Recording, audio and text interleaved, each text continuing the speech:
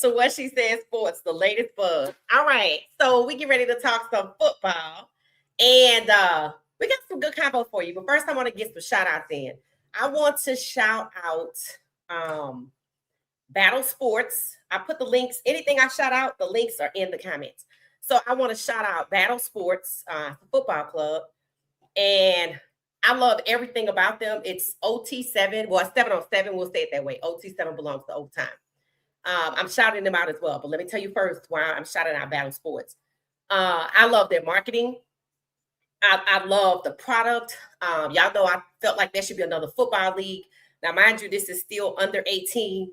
And somebody got to take the leap. Somebody, either Overtime 7, who I'm also shouting out tonight, or Battle Sports, somebody got to take the leap into 18 to 21, 25 or whatever. Above 18 is what I'm getting at. So the marketing is good. The football is exciting, right? They have various age groups. They're in multiple cities. I think I'm most impressed with them coming around online in 2018 on IG. I'm most impressed with their fast growth, but their ability to put together a complete product in terms of not just the football on the field, but the business off the field, and in particular the marketing. I put the link in the chat. Go to their IG page, and you're gonna see exactly what I'm talking about. Check out Battle Sports. It looks like they have Primetime JJ from Ohio State repping them. They have their own shoes. Like I said, they got their own apparel, their own media.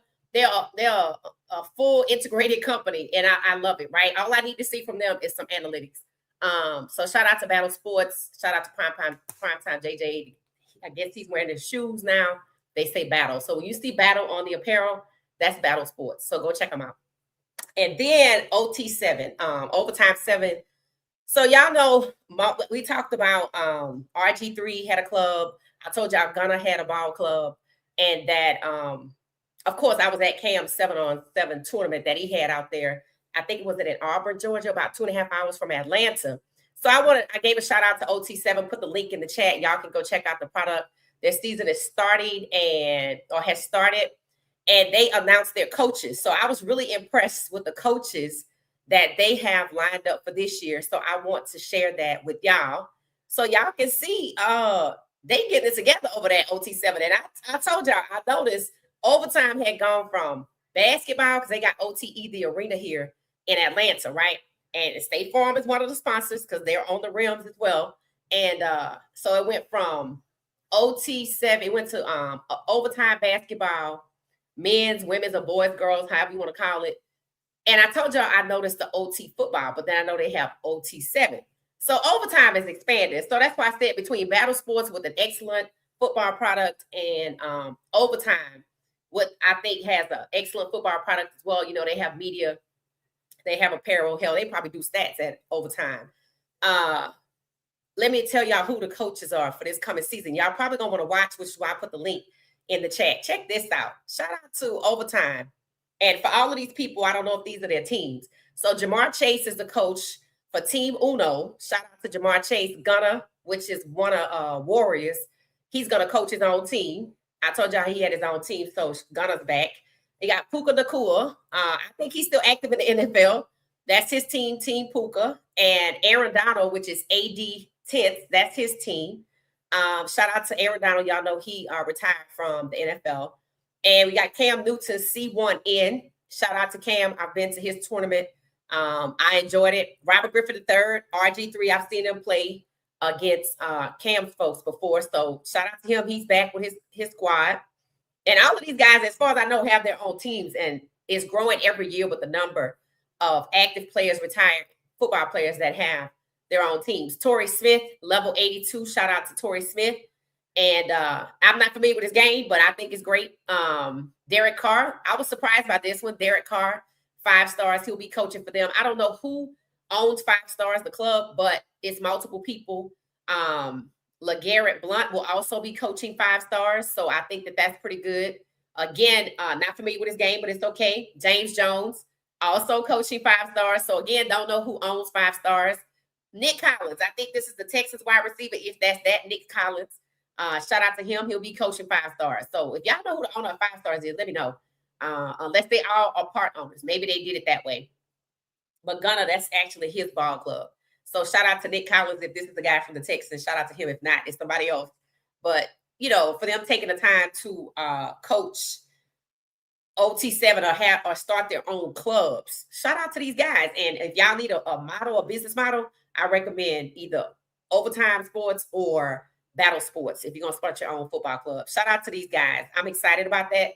I'm waiting on somebody to make the leap to give me full 11 on 11 or 12 on 12 football with 18 and up. But fine, if y'all want to do 7 on 7, I think it's good to do this with the former players from HBCUs who don't get a lot of looks with the NFL before the NFL start their own 7 on 7, because sometimes they broadcast 7 on 7 games. So shout out to Overtime, shout out to Battle Sports, shout out to all the guys that have their own clubs or that are taking the time to coach these clubs. And I know there'll be more clubs next year. So if y'all are interested in 7 on 7, go check out the links that I dropped for Battle Sports and Overtime into the chat. All right, let's get on in here. Those were our shout outs. Let's hop into the rumor mill right fast. In the rumor mill, we have apparently Joe Burrow. Is it possible that he'll be leaving Pittsburgh? Now, I guess there was a podcast with Debo and Joe. He had on, I guess James Harrison was trying to recruit Burrow from the Bengals. So a lot of people want clearly Burrow out of Cincinnati. But apparently also on the podcast, John Roethlisberger said it's a pipe dream. He don't see it happening, but it makes sense feasibly. It's a good idea, but he just doesn't see it happening. But there's been a lot of talk of Burrow leaving Cincinnati, whether it's this year or next season. Let me know your thoughts, what you think about. Do you see the possibility of Burrow moving on before the season starts? Let me know your thoughts. And if so, feel free to tell me where you think he should go, that he could be more impactful in a different 31 other teams. Let me know your thoughts. All right, so that's the one rumor. And the other rumor that was out there was Shador Sanders to the Saints. All right, so somebody dropped me a little tea in the comments and was telling me they heard about Shador Sanders to the Saints. Of course, I didn't believe it anyway, but I went and looked it up. Got to do my due diligence just in case I missed something. And it's not true. Let me tell you why Shador will never go to the Saints. Okay, first and foremost, it's the Saints. If you know anything about the Saints, no. Shador's black quarterback, so it's probably not going to happen. Yes, they've had other black quarterbacks. How did they do? Jameis Winston was there. Aaron Brooks was there. Teddy Bridgewater was there, and they're not. So that's probably not going to happen. Secondly, clearly that the Saints want Tyler Shaw to be their guy, regardless of if they have to prop him up or if he's a check down king. That's just what the hell it is they want, right? So Shador going to the Saints with 20 million fans, ready to burn down Caesars Superdome or whatever the hell they want to call it now, not gonna happen. Number 3, if Shador is traded, and he very well could be, even though everybody's like, he's QB1, okay. I promise you, any team Shador is traded to would have been well thought out and strategic against him being able to compete for QB1. Understand that, right? If he go to Minnesota, it's because they think Kyler Murray is going to be the guy. If he goes to New York, they don't ever believe that there's ever an opportunity where Shedeur could be QB1. This is the same league that pushed this young man down, that hasn't apologized, that haven't given him his money, that haven't made things right. So why would anybody think they would send him to any team where he could be QB1 when the Browns refused to commit to him as QB1? And that's how we're going to jump into our Browns conversation today. But first, before I get to the Browns, we'll be back. Let me get to the Buffs. All right, so that ends the rumor mill. So let's talk about the Colorado Buffs, and we'll be back with the Browns conversation. Put a pin in that. So Shedeur to New Orleans, no, because hell will have to freeze over first. Coach Prime and the Buffs. All right, so I checked in on the Buffs. They are back from spring break. I saw Juju out there throwing dimes. Not a surprise, right? Some interesting, I guess you could say, conversation. Shout out to Buffs TV. I really like the coverage that they got from the press conference where they had multiple people to speak today. And I watched, Khalil X get to the podium. But it was the Buffs wide receiver coach who had, in my opinion, the most impactful interview. Let's take a look at that, and we're going to dissect it. And then we'll be back with another shorter interview afterwards. So let's get into this. Shout out to Buffs TV. Good. How was everybody's spring break that had it? Short. Short. I played a lot of golf. Played a lot of golf. So this is the wide receiver coach. He said he played a lot of football over spring break. It's improving. Adam, you want to start us? Yeah, Coach, just what have you seen out of this new group of receivers you have here in Boulder? Well, the first thing that's glaring is, a lot of speed.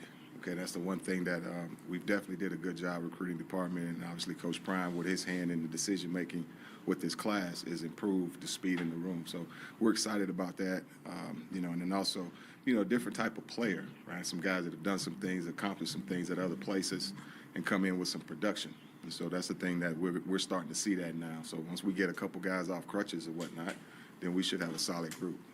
So he said he was asked one of the things he sees out of the wide receiver group. He said speed, right? He talked about speed. They brought in guys that were already productive from various universities. Like I think I know we got one that was already really good from UT.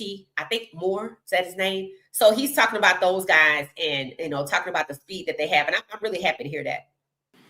Hey, Coach Leo Rivera, BuffStampede.com. Working with Coach Marion, who's also a former receiver, what's that relationship been like? It's been great, right? So there's a lot of similarities. Obviously, he's a lot younger than I am. So, I know who he is because when he was at the Tulsa, I was coaching at Houston. And so we had a couple guys, they were competing in the conference for the rankings or whatnot. So, but no, it's been great. We have a lot of similarities.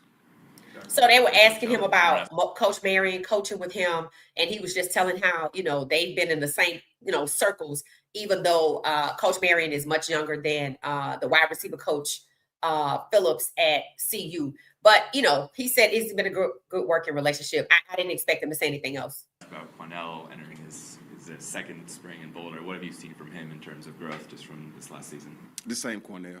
The guy that's got to continue to work on his game and get better. Guy that has to take coaching and apply the coaching, apply the technical stuff that we're teaching here. Now, I thought this was interesting. They were asking him about Cornell X and what it's going to take to elevate his game. And Coach just said it. It's going to take Cornell X. He's going to have to keep working on his game. He's going to have to take the coaching and turn it into hard work. So he's basically saying Cornell is the only thing that's stopping Cornell X. I thought this was interesting. I thought it was very candid. Most coaches will shy away from being honest, but, they on the ground with these kids. And I just think people need to remember these are very, very young people. So motivation is necessary. And I know, when you get your first job in real life, they want you to be self-motivated or whatever, but we still dealing with college students, right? So they still need that motivation. And what he's saying is Cornell X is going to have to be motivated to do the work to elevate his game. So the Buffs still believe in him, but, he got to do the work. Apply those things and become the player that we expect him to be. Ian Howard, Buffs on his side. With Cornell, didn't get to see much of him on the field last season, but if you, from your assessment, had to compare him to one player you've coached previously or a player you've seen at a different level, who would that be and why? Cornell. Next. Coach, we know that the go-go is a vertical shot offense, and you mentioned the speed kind of standing on that room. Just how well do you think kind of the skill sets, the strength of the guys in this room kind of fits with this offense? Well, I think the offense is really predicated towards setting guys up to be successful. I think the skill set as far as the speed and whatnot is obviously going to be a plus. The go-go, it consists of a lot of different offenses. One I'm very familiar with is the run and shoot that I played in because it gives you a lot of options. So basically based on the defense that you see in front of you, it kind of tells you what your route going to be. If you kind of understand what's going on in the back end and the second level, then it kind of tells you because we have routes. Think about this. You got a route called win. So, so as a receiver, right, that's what you want, right? So it's kind of similar to. So he was asked about the offense and the pluses for this year. He said it will be the speed is going to be a big plus. He broke down. Well, he didn't broke it down. He just shared that the go-go offense is really like a combination of three different offenses. I think I recall him saying the run and shoot from the University of Houston, as well as the air raid offense, which I'm a really, really big fan of, right, with Shedeur from last year. So you see a lot of high volume passing. The West Coast offense, which I'm not from the West Coast, so I'm not that familiar with the West Coast offense. So those three, he's saying, is really a combination of those three. When you line up in front of the defense, it tells you what your route is going to be. Now let's talk about that for a second. one of the questions I had about the go-go offense, because one of the criticisms is that it is two things. One, it's predictable, right? Like he said, when you line up in front of the defense, it tells you what the route is. So what does the defense know based on what defense they're calling? What the route could possibly be, because I'm going to study these routes, right? Two, it's highly complex, right? One of the reasons it is predictable is because it is so complex. Like he said, when you line up in front of the defense, it tells you what your route is going to be. You know how many defenses there are out there, right? So there's a lot of positives, that could come from this situation, but it's going to be skilled on these guys being super disciplined. College students really, honing in on the complexity, being able to read defenses, and not being. I think one of the issues is we don't want it to be predictable, and that's one of my concerns. I don't have a problem with saying that, because if you can line up and look at the defense and that tell you what your route is, I'm pretty sure any defense can study what's out there, and throughout the game, through just the first few drives, can figure some things out, right? Because you're probably not going to know 100 different routes. You just probably not, right? Again, that's the complexity that it brings. So I thought that this probably was the most impactful interview, because it shared a lot about the players that we have, the speed. It also shared a lot about Cornell X. People like myself keep asking about X, why, if we don't see him, maybe he did not get to that level with doing the work he was supposed to be doing. But he's young, he's still growing. He was a true freshman. Again, that's that maturity phase there. And these players have a lot of distractions, NIL, nice cars, friends, partners, all of these different things, right? And we're going to listen to Marion talk about some of these distractions. We're going to listen to that as well. So shout out to the wide receiver coach for this. Let's keep going. Some of the things we did with the run and shoot, it's got a lot of elements of run and shoot, air raid, okay, West Coast. So, I mean, it's a receiver's dream, really. Hey, Coach, Brian Albola, the camera. I have two questions for you. First one is, Coach Marion's talked a lot about, one of the keys to his offense is playing without the ball. How have your receivers done with that aspect of as far as blocking and just things like that? Yeah, right. So I got crucified the last time I said something about blocking, right? So I won't make that same mistake. So we do an excellent job of blocking, man. And I think the guys if you watch the first couple practices with us, they really took to that. And again, I want to reiterate, it's got to be in the guy's DNA. No matter how many drills you do, if it ain't in his DNA, he ain't going to want to do it, right? Now let's talk about this. They're talking about blocking, right? And he said last year he got crucified because he said something about blocking, and I guess people jumped all over him, right? Now, we know there was receiver of ours that's gone, and I ain't gonna call no names, but they said he was lacking in blocking. So I appreciated that the wide receiver coach said it. It got to be in your DNA or you ain't gonna do it. See, there's certain elements, whether it's football or basketball, whether it's basketball and being an aggressive person and being aggressive to the basket. You're not an aggressive person, you ain't gonna do it. You're not going to do it. So I understand what he's talking about when he's saying that to the blocking. Like, it's got to be in you. It's got to be something that you're wired to do, or you're not going to do it. It's the same thing, right? And sometimes we have people and they choose players based on like the volume of catches or this, that, and the other, but they don't think about the blocking. So, we lost the player and people criticized him over his blocking. And I'm starting to wonder if with Coach Phillips saying that people jumped all over him, is it because he mentioned that so-and-so needed to work on blocking and people had a fit about that, right? One of these things is certain people get very, very protective about certain players, right? You have a faction of the fan base, don't say shit about Juju, I'm probably that person. And then you have, somebody else in the fan base, they want to, talk about the receivers, or somebody might be more interested in the O-line or whatever. And people get defensive because they get protective of these players. One of the reasons I think this interview was the most impactful, because I don't think this coach is performing. He's not in a leadership role like a coordinator where he needs to perform to prove. He just has to go out there and do his job and teach these players what it is the offense wants to teach them, right? So he doesn't have to perform.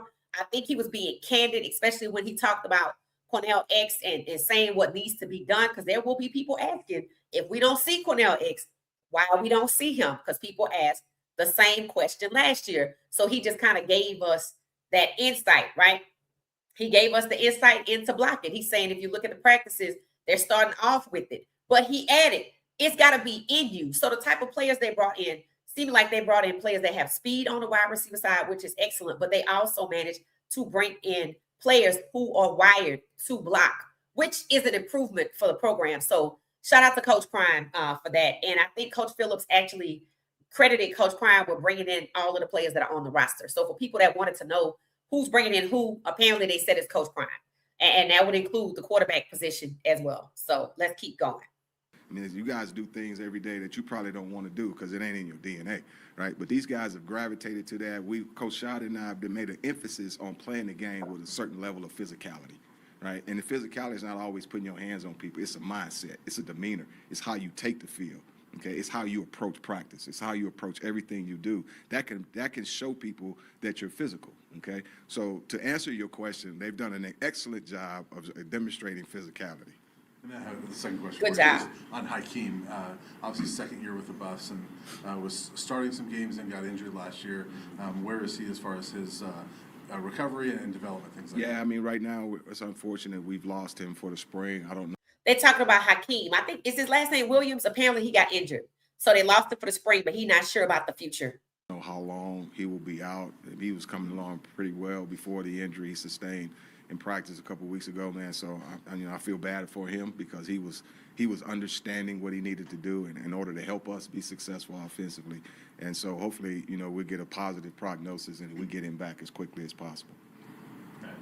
One thing we talked about with you last year is you always preach leadership and maturity. From getting to watch Well Off, we can see that about you.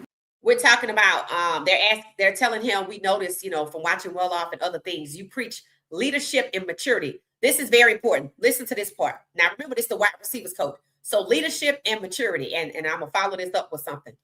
That was something that maybe didn't live up to what you thought it was going to be on last year's group. How about the early impressions there? Well, I think this year, we brought in some guys, like I mentioned earlier, that had some production, right? So you had a Danny that came in, the nation's leading receiver last year, that had some production. You had DeAndre Moore from Texas that understands and knows what that's supposed to look like. You have Ernest Campbell came in with Coach Marion, and then you also have Cam Perry, right? So those guys come in with a certain level of understanding of what we're talking about there. We had a good group of guys last year. I'm not going to say that, but it was a young group of guys. And right, a lot of those guys didn't carry over the leadership from a LaJonte, Jimmy, and a Travis, and even a Will Shepherd, right? So this year, we've infused the room with a lot of guys that understand what that looks like. It's not always about, just going out there and doing it. It's just holding guys accountable. Right. Right. And so those guys are able to do that. So I like this part. I thought this part was great about the leadership because he said they had talent. See, the Buffs have always had talent. He's saying that we had good guys last year. I'm not going to say we didn't, but these guys were very young. You're talking true freshmen, so they didn't have a lot of production behind them, knowing what they should do to lead the next group. And we actually lost a player. And one of the knocks on him, in addition to not blocking, was the lack of leadership, and even being there almost 3 to 4 years. So they knew exactly what they needed to get. And while it seems like we actually lost somebody, it sounds like the Buffs knew exactly what they needed, and they targeted and they achieved their goals of bringing in players that can do more than just catch the ball. They brought in people who can be physical, who will block because they're wired that way, but they also have the speed. Yes, they have hands, but they're also leaders. So it sounds like they brought in a good experienced group of wide receivers. So I'm excited now after watching this to see what the wide receivers do for the Buffs, because it sounds like a well put together group, right? And they come from different places, different universities, different levels. And but one of the things that they seemingly had to have was a key element of the physicality of the game, blocking as second nature, and leadership. And that's important, especially when you have young players like Gibson, or you have, young players like Cornell X. And as you can see, they're still trying to take him along. And this is why a lot of schools prefer to go into the transfer portal rather than bring in a player from high school. Because if you have too many of them, you might not have any leadership unless you just have a phenom in that group, right? And shout out to Colorado for achieving the objectives for the wide receiver room. So I'm excited to see what it is that they do, all right? And I think that might be it for this interview. Go check it out. I saw it on Buffs TV. Shout out to Buffs TV for bringing us, the community, this type of impactful interview, asking really good questions, and letting the fans, who are not there, right, giving us the opportunity to truly take a peek inside the program and not a peek inside of people performing, because I don't want to see that. All right, so let's move on. Now, this is Coach Brennan Marion. This was his speech from today. Y'all let me know what you think about it. I'll just play it through and we'll come back. It's not that long. So I'll just let it play and you let me know in the comments what your thoughts are about first day back, Coach Brennan Marion. Give you a motivational speech every day to come out here and work. It shouldn't take a guy calling you out, cussing you out, screaming at you, motivating you to turn up. Stop calling your agent, your trainer, your friends, your cousin, your girlfriend. Get on this team. Stop retweeting other teams. My boys over here. You do something. Make your work. Let's go. Turn it up. Urgency. Are you going to get drafted? Are you going to be a champion? Are you going to do it? You have to. So let's step it up. And let's stop with all the motivational speeches and let's come out here and let's go get it every day. Fellas. Now, I think he's right. And we've said it for years at CU. They should not have to be motivated, but regardless of who's on the ground, who the coaches are, who the coordinators are, they do. And honestly, I didn't play football. So I don't know. If you play football, do y'all have to be motivated? I mean, I thought that was just a part of it, right? I never really thought that they just came out to practice what they practice gear on and just took instruction and kept it pushing. I felt like the motivation was a part of it. Now, he's saying stop with the motivational speeches. I don't know who the hell he's talking to because the players don't give motivational speeches. When he started, he said, we shouldn't have to motivate you. So I totally agree. You shouldn't have to motivate him, but stop with the motivational speeches. I don't know about that part. I think he took a left turn right there. That's just my opinion. You let me know your thoughts. Now, the part where he said, this is where the distractions are coming in. He's saying, stop calling your agent, stop calling your girlfriend, stop retweeting you who used to be here. Get on this team. So it sounds like, it's a lot of people left. A lot of people are still kind of maybe not 100% bought in, but then again, they're young. They could be fully bought in and still on their phone. They're going to keep retweeting their friends that left. I don't think you could do anything about that. He's saying you have to 100% buy into the team. And somebody was like, well, isn't that a motivational speech? I'm like, pretty much, right? So I think it proves my point. You are going to have to do the motivational speeches. You cannot stop with the motivational speeches. And I do think that it is naive to think that you will not, especially with it being a change in guard of the program, right? And you got so many new people. You're going to have to work over time to pull these players together as a unit, right? So let me know what you thought of his speech or whatever in the comments. You're going to need the motivational speeches, bro. You're going to need them. So you can't stop with the motivational speeches. You can try to lessen the distractions. They're going to retweet what the hell they want to. They're going to still call their agents. That's just what they're going to do, right? So his job is to make them the people who signed up for football because they love football or they love what comes with football. His job is going to have to be to motivate those people to play for him, right? That's his job. And that's going to come with some motivational speeches. So good luck to Brennan Marion with that, because you're dealing with a bunch of, they were teenagers not too long ago. That's just what it is. All right. So let me know your thoughts there on Brennan Marion first day back. All right. Shout out to Coach Phillips for his insight into the program. I thought it was the most impactful interview of the day. All right. So let's hop on over to the Browns. All right. Now, when you're talking about the Browns, I think there's probably about 8 topics I could talk about, but I'm not going to talk about all 8. But that means I have content through next week. That's just what it is, right? That's just who the Browns are. It's a hodgepodge. Like I posted on the community, right? The stats since the current owners have took over the team.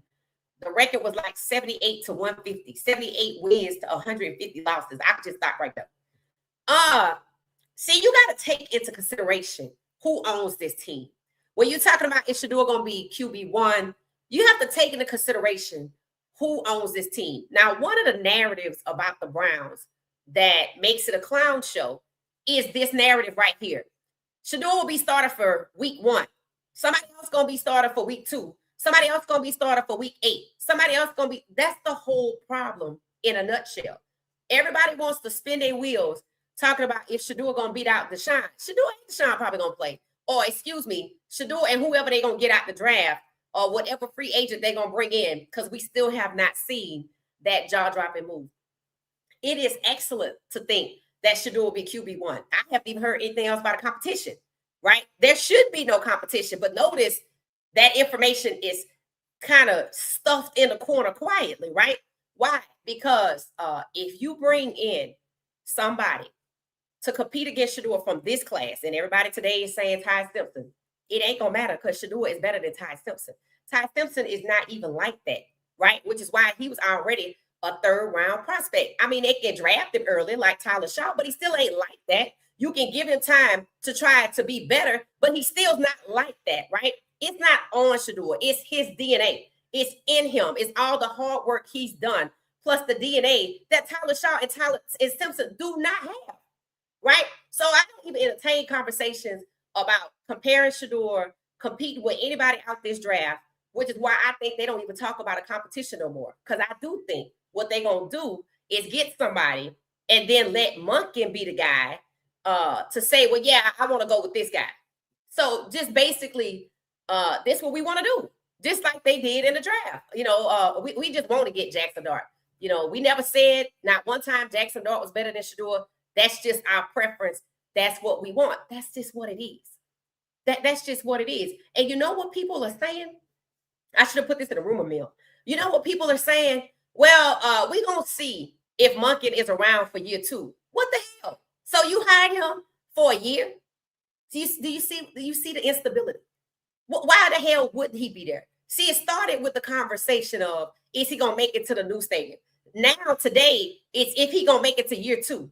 I'm like, excuse me? I'm like, excuse me? So you're going to have a new coach this year, a new coach next year, a new quarterback every week. The Browns have already rotated 5 to 6 quarterbacks in 2023, rotated 4 to 5 in 2024. In 2025, they rotated 3. Well, Flacco left, but it was supposed to be 3. Now they're down to 2. And here's what they're saying. They're thinking about going to get this 31-year-old guy to bring him in. I don't even know his name. They're thinking about going to get a 31-year-old quarterback to replace Dylan. The only thing I'm certain of is that Dylan will not be there. And I'm not 100% certain of that. I'm 98% certain. So you're going to go get a 31-year-old man to replace a 3rd rounder from last year that you swore before Jesus was the guy better than Shedeur. So what is the 31-year-old going to do? He going to be QB3. So, okay, I got a 31-year-old, Shedeur and Deshaun, and then I'm going to go to the draft and do what? Get a 3rd rounder? Let's get Ty Simpson. So I'm back to 4 quarterbacks. I'm back to 4 quarterbacks. And people wonder why under the Haslams, the Browns wins are only 78 and the losses are 150. And guess how many starting quarterbacks they have had? 27. They just bought the team in 2012. 27. So when you talk about the Browns, you have to talk about the culture of dysfunction. You know why they haven't committed to Shedeur as QB1? Because they're not going to have a QB1. They're going to have a QB1 every other few weeks. You know what that is? Dysfunction, instability. And that was my question, right? So everybody was talking about, and I have some clips for us to listen to some people. One is Pac-Man Jones, right? Everybody's talking about the Browns posted Shedeur. We already addressed that. I'm like, yeah, but they didn't commit to him, right? And then remember when they were interviewing candidates, they had some questions to answer. And apparently one of the questions was, how would you develop Shedeur? And that gave everybody an inkling. The Browns keep giving people inklings, right? They gave everybody an inkling that the coach they had to hire had to have a development plan for Shedeur. I said, or which one of you I'm not going to be able to control. See, people keep wanting to see this situation with the Browns, owned by the Haslams, whose record is 78 and 150 with 27 starting quarterbacks, as different because Shedeur was there. 27 quarterbacks. 27 since 2012. I didn't say quarterbacks. Starting quarterbacks.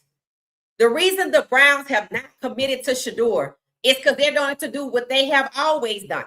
Apparently, rotate quarterbacks. There will be no QB1. There will be no one person to play more than 10 games. Understand that. When you wonder why in the bio, the digital bio, they only put it out about Shedeur, that's to make you think, what? That Shedeur's the guy. But they didn't say it. They didn't commit to it. So they're giving you hints. No NFL team has to give hints on who QB1 is. And most do not. Most NFL teams do not rotate 3, 4, 5 quarterbacks in one season. They don't even rotate 2 unless the main guy is hurt. Most 31 other NFL teams have a QB1 for the season. The Browns do not have a QB1 for the season. The Browns have not committed to a QB1 for the season. The Browns have been dropping hints that Shedeur is the guy, but they won't commit to him. Why are the Browns dropping hints? It's called marketing. I need to put butt in seats. They're not afraid of the bait and switch. That's exactly what they did to Shedeur in the draft. We're going to get you, pay you $40 million. Oh, you know what? Never mind. We're just going to go with Dylan Flacco and Kenny Pickett and Bailey Zapp and you for cheap. And still don't want to commit to him as the guy. And for those people that say Shedeur is the marketing answer, of course he is. And yet they still have not committed to him. It's not a question of, can Shedeur be QB1? Of course he can. It's the question of what the hell the Haslam's got going on this year. That's the question. The team, the owners that have allowed 27 starting quarterbacks, the narrative itself of who's QB1 for week 1 tells you they're going to rotate whoever's over there. And they moving Dylan out when they don't have to. So why they moving him somewhere? Most teams who would draft the 3rd rounder, he's still going to be there next year. Where the hell is Dylan? Their 5th round QB was there for at least 3 years. No, he was there for 23 and 24. They moved him on after 2 seasons. So why is Dylan leaving after year 1? You're going to have to put a pin in that. You're going to have to put a pin in that. And it likely might not have shit to do with football. Why have the Browns had 27 starting quarterbacks? It don't have anything to do with football. That's incompetence. That's dysfunction. That's toxic.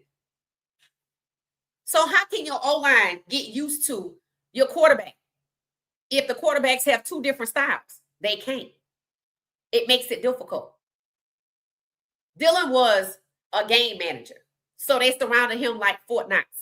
But when it was Shedeur, they didn't know what the hell to do, so they didn't block for him. One reason is the first line first team defense never even had to really practice with Shedeur before the Ravens game, which is why they were scattered all over the place. Other than that, and probably being compromised. Dysfunction works to the Browns' advantage. Dysfunction seems to work to the owner's advantage because their goal clearly is not running a competitive sports club. It's not. If you know anything about the business of sports, you want to win whatever the top prize is, whether it's money, a trophy, or both, or bragging rights. The Browns do not assemble a ball club to compete for the best. It seems that they assemble a ball club to keep a product on the field so you can watch it on TV. That's what it's given. And they obviously care about who you see throwing the football as quarterback on TV. The Browns have no reason to drop hints on who their quarterback gonna be. While the Browns should be building and committing to Shedeur, you know what the Browns are out here doing? Trying to secure their 1st round pick for the next draft. Secure future picks. They're not even worried about this draft. So we have some conversation from people, in addition to myself, and I didn't mind saying it. The Browns are giving people the impression that Shedeur is their guy, but they're not committing to him. The impression is the marketing. The non-commitment means there'll be more rotating. The narrative of who's QB1 for week 1 ensures that they're going to rotate whoever is over there. More dysfunction. That's what the Browns fans will be treated to. And they could be testing the waters to see how people going to act. But I'm pretty sure they're not doing that because they know fans like Shedeur. They're trying to sell tickets. And they'd have no problem with getting everybody all excited and pulling a bait and switch because they did it already. So let's take a look at these conversations that are happening with Pac-Man Jones, I think, on his show, talking about Shedeur and how it is that, talking about Shedeur and how it is that the Browns will go with Shedeur over Deshaun. I think that's the conversation he was having. The Browns are going to talk about Shedeur over Deshaun. One of the first people to have that conversation, Adam Kaplan of Sirius XM NFL, reports there was belief in coaching circles that anyone joining the Cleveland Browns had to be on board with Shador Sanders being a factor in the team's quarterback decision. Now, remember, we talked about that, right? We talked about how they had all of the people that they brought in to answer the question on how would you develop Shedeur. And I called it then. What did I say then? I say, you know what that is? That's how they eliminate the people from coming in and wanting to set it up with Shedeur. Now, the funny thing is, I'm sure they asked Monken that question. And seemingly, to me, they hired Monken for the future, with this year just being a stall tactic to get to 27 because he recruited Arch Manning. And if Arch Manning is still coming over there, why would Monken be there past this year? Why are people thinking Monken is going to move on? Is it possible Monken is not in agreement with what the strategy is with the quarterbacks this year, and he don't want to go on the record to be a Stefanski? He don't want to go on the record to quietly sabotage Shedeur, that he wants to do it in a way that he can win, that he doesn't want to come to the Browns and have to lose and wait to win? Why would all of a sudden Monken be temporary? Let me know your thoughts. All right, so I think that's interesting. I think asking people what they were going to do to develop Shedeur was a way to eliminate people that you couldn't control, who were going to come in to try to make Shedeur the guy against whose wishes? The owner of the Browns. All right, so let's get right here with Pac-Man. This is him right here with his explanation. Well, I don't see them starting Deshaun Watson over Shador Sanders because what he did this year, and he put people in the seats.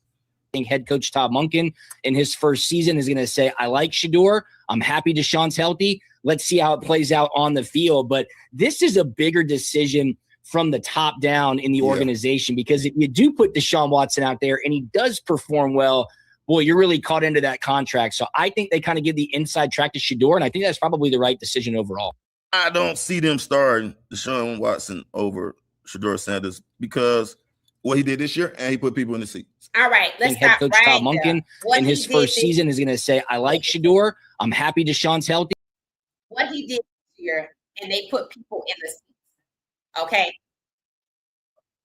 You do put Deshaun Watson out there and he does perform well, boy, you're really caught into that contract. So I think they kind of give the inside track to Shedeur, and I think that's probably the right decision overall. All right, so here we go.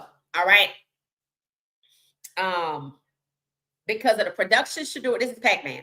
Because of, now you tell me your thoughts, right? And they're talking about why Shedeur over Deshaun. Now, we're not talking about a third party. We're not talking about anybody from the draft. We're not talking about Dylan. We're not even talking about the 31-year-old man they're thinking of getting, right? And whoever was 31 used to play for the Browns. That's all I know about him. My question was going to be to y'all, because I had a question for today. What discounts Deshaun as QB1, period? Whether it's Shedeur or anybody else. What focus solely on Deshaun? What discounts Deshaun as QB1? Why would he be QB1 for the season? I'm not talking that 1 week crap, right? I'm not doing that. I'm doing what's normally done. Having one QB for the season. What discounts Deshaun Watson as QB1 for the season? All right. So Pac-Man said, because of what Shedeur did last year, meaning he played really well. And I'm thinking to myself, well, if it's because of what he did last year, wouldn't they commit to him? Yeah, they would have. I felt like they would have did like the Falcons. As soon as that season ended, by Stefanski, you could go. Shedor's our starter. But they didn't do that. They still haven't done that. Y'all think they dropping hints. I think they marketing. I think they're going to pull a switcheroo because remember, I haven't seen that jaw-dropping move yet. Right?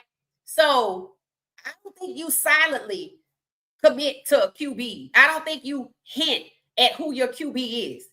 I think you make the decision and you build around him. So Pac-Man said the other reason was because Shedeur put butts in seats. What he did last year and put butts in seats, that would have been the first damn reason for the Browns to commit to him. Again, they have not. What he did last year is why they should have built around him. Understand, the Browns made sweeping change on their O-line. They pushed out players who were dirt divers and allowing Shedeur to get hit for players who struggle with run blocking and or pass blocking or have aged out from their former team. And I still don't have a left tackle. So that means everybody is hoping that the draft brings us an elite left tackle, first round, and two receivers, or at least one. So understand this. If it's because of Shedeur's production last year and because he puts butts in seats, why haven't the Browns committed to him? Answer that question in the comments. Why is it they're dropping hints or they're giving out inklings that he is the guy? Shedeur did enough in Cleveland, especially after you fired Stefanski, because the owner said I could have won 4 games, more than 5 games. If you know all of this, why you don't commit to him? Answer that. The Browns need to be made to answer that question. Why are you talking about who's the starter for week 1? Do you know how dysfunctional that is? That means nothing has changed, and it proves I'm right. You're still talking about who's the starter for week 1 and not the season. You're still trashing Deshaun. You're still overlooking Shedeur by talking about who you're going to get out the draft or who you're going to bring in to replace Billy. So you want to infer that it's Shedeur when every other team out here has committed to their quarterback for next season if he's on the ground. If he's on the ground, he's their quarterback. Unless they're going to go to the draft and get somebody, and that's already being discussed. It's already being discussed as who's going to take somebody in the first round or the second round. The Browns don't have those conversations. Those conversations being had as if they're going to walk away from the draft and get somebody. But really, the conversation about the Browns is what they're going to do about their future picks. So I have cautioned people.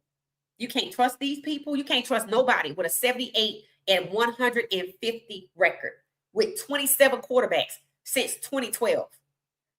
You can't do it. You have to sit back and wait and see what the hell they're going to do now. I see you out here marketing Shedeur, but I don't see you committing to Shedeur. And you knew exactly what Pac-Man said. Shedeur produced well, and he put butts in seats, and yet you still won't commit. And then there's the other guy.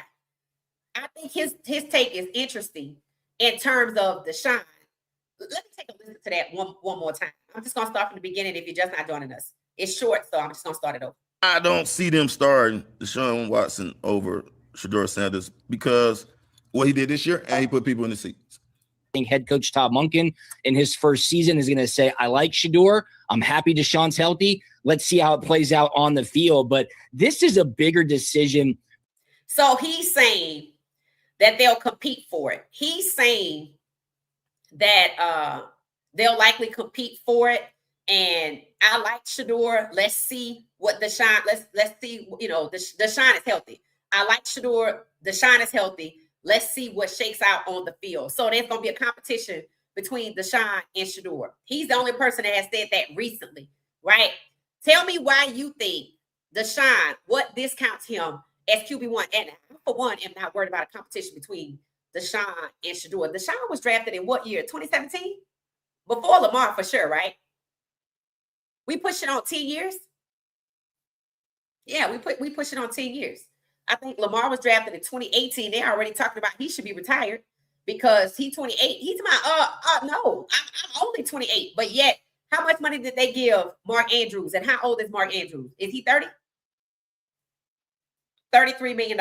But Lamar should retire as quarterback. Yeah, okay. Hell, Russell Wilson coming back, and he's gonna be what, 35? And I take Russell Wilson over a 31-year-old guy that used to play for the Browns. But see, here's the thing: the Browns could have signed Russell Wilson last year. They decided not to. And who did they get instead? A host of people: Dillon, Flacco, and Pickett. They could have had Shedeur and Russell Wilson. Tell me they couldn't have. They could have. They could have drafted Shedeur where he was supposed to be drafted. But you know what they said? They still had Deshaun. Did they let Deshaun play this year? And their reason for not getting Shedeur was because they still had Deshaun, but they didn't let Deshaun play at all this year. Nope, not making any sense. You let me know your thoughts. Let's go on to the rest of his conversation. From the top down in the organization, because if you do put Deshaun Watson out there in the organization, because if you do put Deshaun Watson out there and he I want to hear him say this. does perform well, boy, you're really caught into that contract. So I think they kind of give the inside track to Shedeur, and I think that's probably the right decision, because if you do put Deshaun Watson out there and he does perform well, boy, you're really caught into that contract. So now, what does that mean? Well, I really don't know what the hell he mean by that. He said, if you do put Deshaun out there and he performs well, you're really caught into that contract. What? Because the contract ends at the end of this season. So if you put Deshaun out there and he plays well, you're really caught into that contract. I need an explanation there. I don't know what the hell he's saying. I mean, I really don't. All I get is if you put Deshaun out there after paying him $230 million and not playing him or saying he was trash, your ass is grass. That's what I get from it. And he could go play at another team next year. See, I don't think the league itself wants to put Deshaun in a position to where he could be evaluated as a QB1 or QB2 anywhere, because he could have been a QB2 right there in Cleveland last year. And they went and got Pickett, they went and got Flacco, and they went and got Dillon. It tells you that Deshaun is still in Cleveland because of his contract. So the contract is over after this season. So when he says you're caught into the contract, that don't make any sense to me. I'm not even sure what he means by that. Let me know if you know when I get to the comments. All right, let me let him finish his last little statement, his last point, because I wanted to address it. So I think they kind of give the inside track to Shedeur, and I think that's probably the right decision overall. So he's saying they give the decision goes to the inside track. Now listen to that. The inside track. He didn't say QB1. See, these people know what's gonna happen. This is how you know they know what's going. The inside track. The inside track at what? Of being the QB1 from the competition between Deshaun and Shedeur, and then Shedeur got to go out here and compete against somebody else, but he gonna have the inside track because he beat Deshaun. The inside track. The inside track. Help me understand the inside track. I think they kind of give the inside track to Shedeur, and I think that's probably the right decision. See, and that's what I mean by you got to listen to these people when they talk, right? And you got to listen to the right people, right? I would never listen to Cleveland media talk like this, right? See this guy right here? He's sitting up telling you what he already know. What did he say? The inside track. What he need the inside track for? He's still running? He's still competing? That's exactly what he meant. And I think he's alluding to Deshaun not playing because they said he was trash. I mean, the contract is over. Why wouldn't he play? I just think he knows what everybody else said. Deshaun has taken his last snap in the NFL. So, to me, the inside track, another person is coming in. And it's not just a 31-year-old to replace Dillon, because I'm not putting up a 31-year-old against Shedeur. They coming from the draft because there's an inside track. So, let me know your thoughts about that. That was our last person. So I'm going to hop over to the comments to see what y'all are thinking.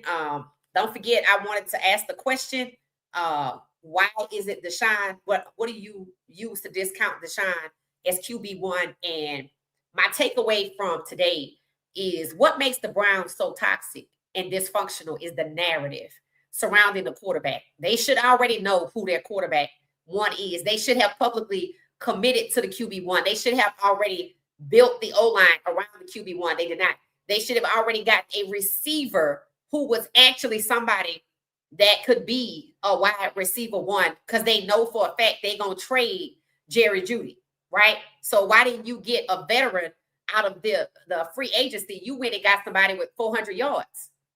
So you went and got a guy who had 400 yards as a wide receiver, a punt return specialist, and then you went and got O-linemen that one can't run block, one can't pass block, and the other one aged out.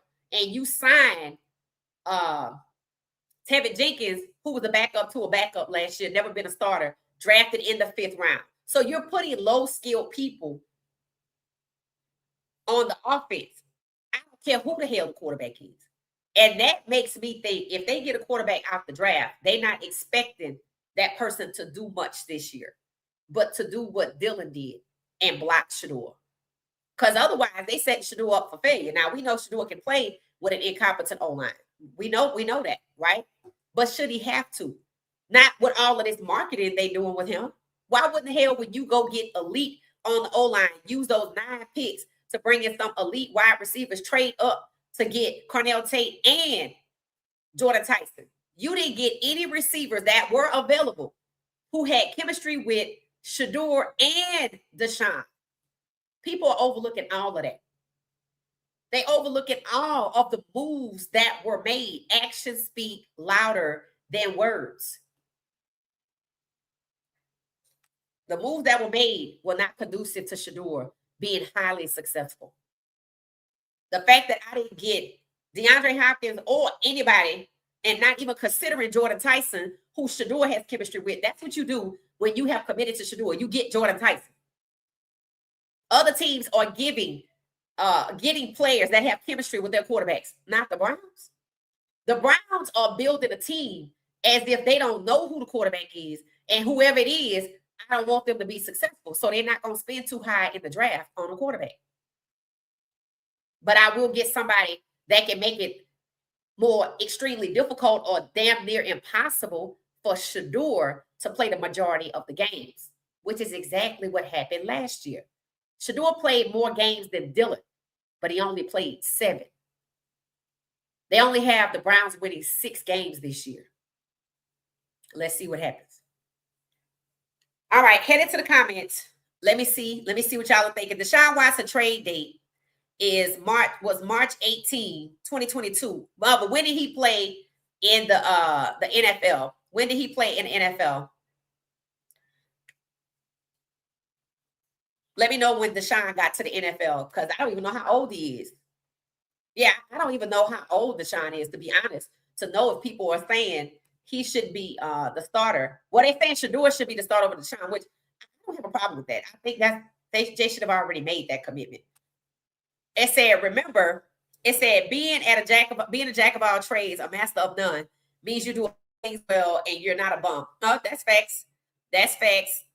Don't forget, I shout out to Battle Sports. Go check them out. Copy and paste the link. Also, please like, hype, and subscribe. And I shout out to OT7. Check them out as well. If you like football, if you really like football at any level, I think you will enjoy either of those ball clubs' offerings and competitiveness. If you really want to see some real competitive football, go watch OT7 and go watch Battle Sports. So shout out to them. Forget to be sure to like, comment, and subscribe. Hype me up. Hype me up.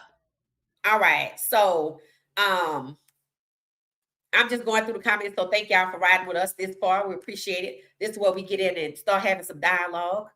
Good evening, good evening, good evening.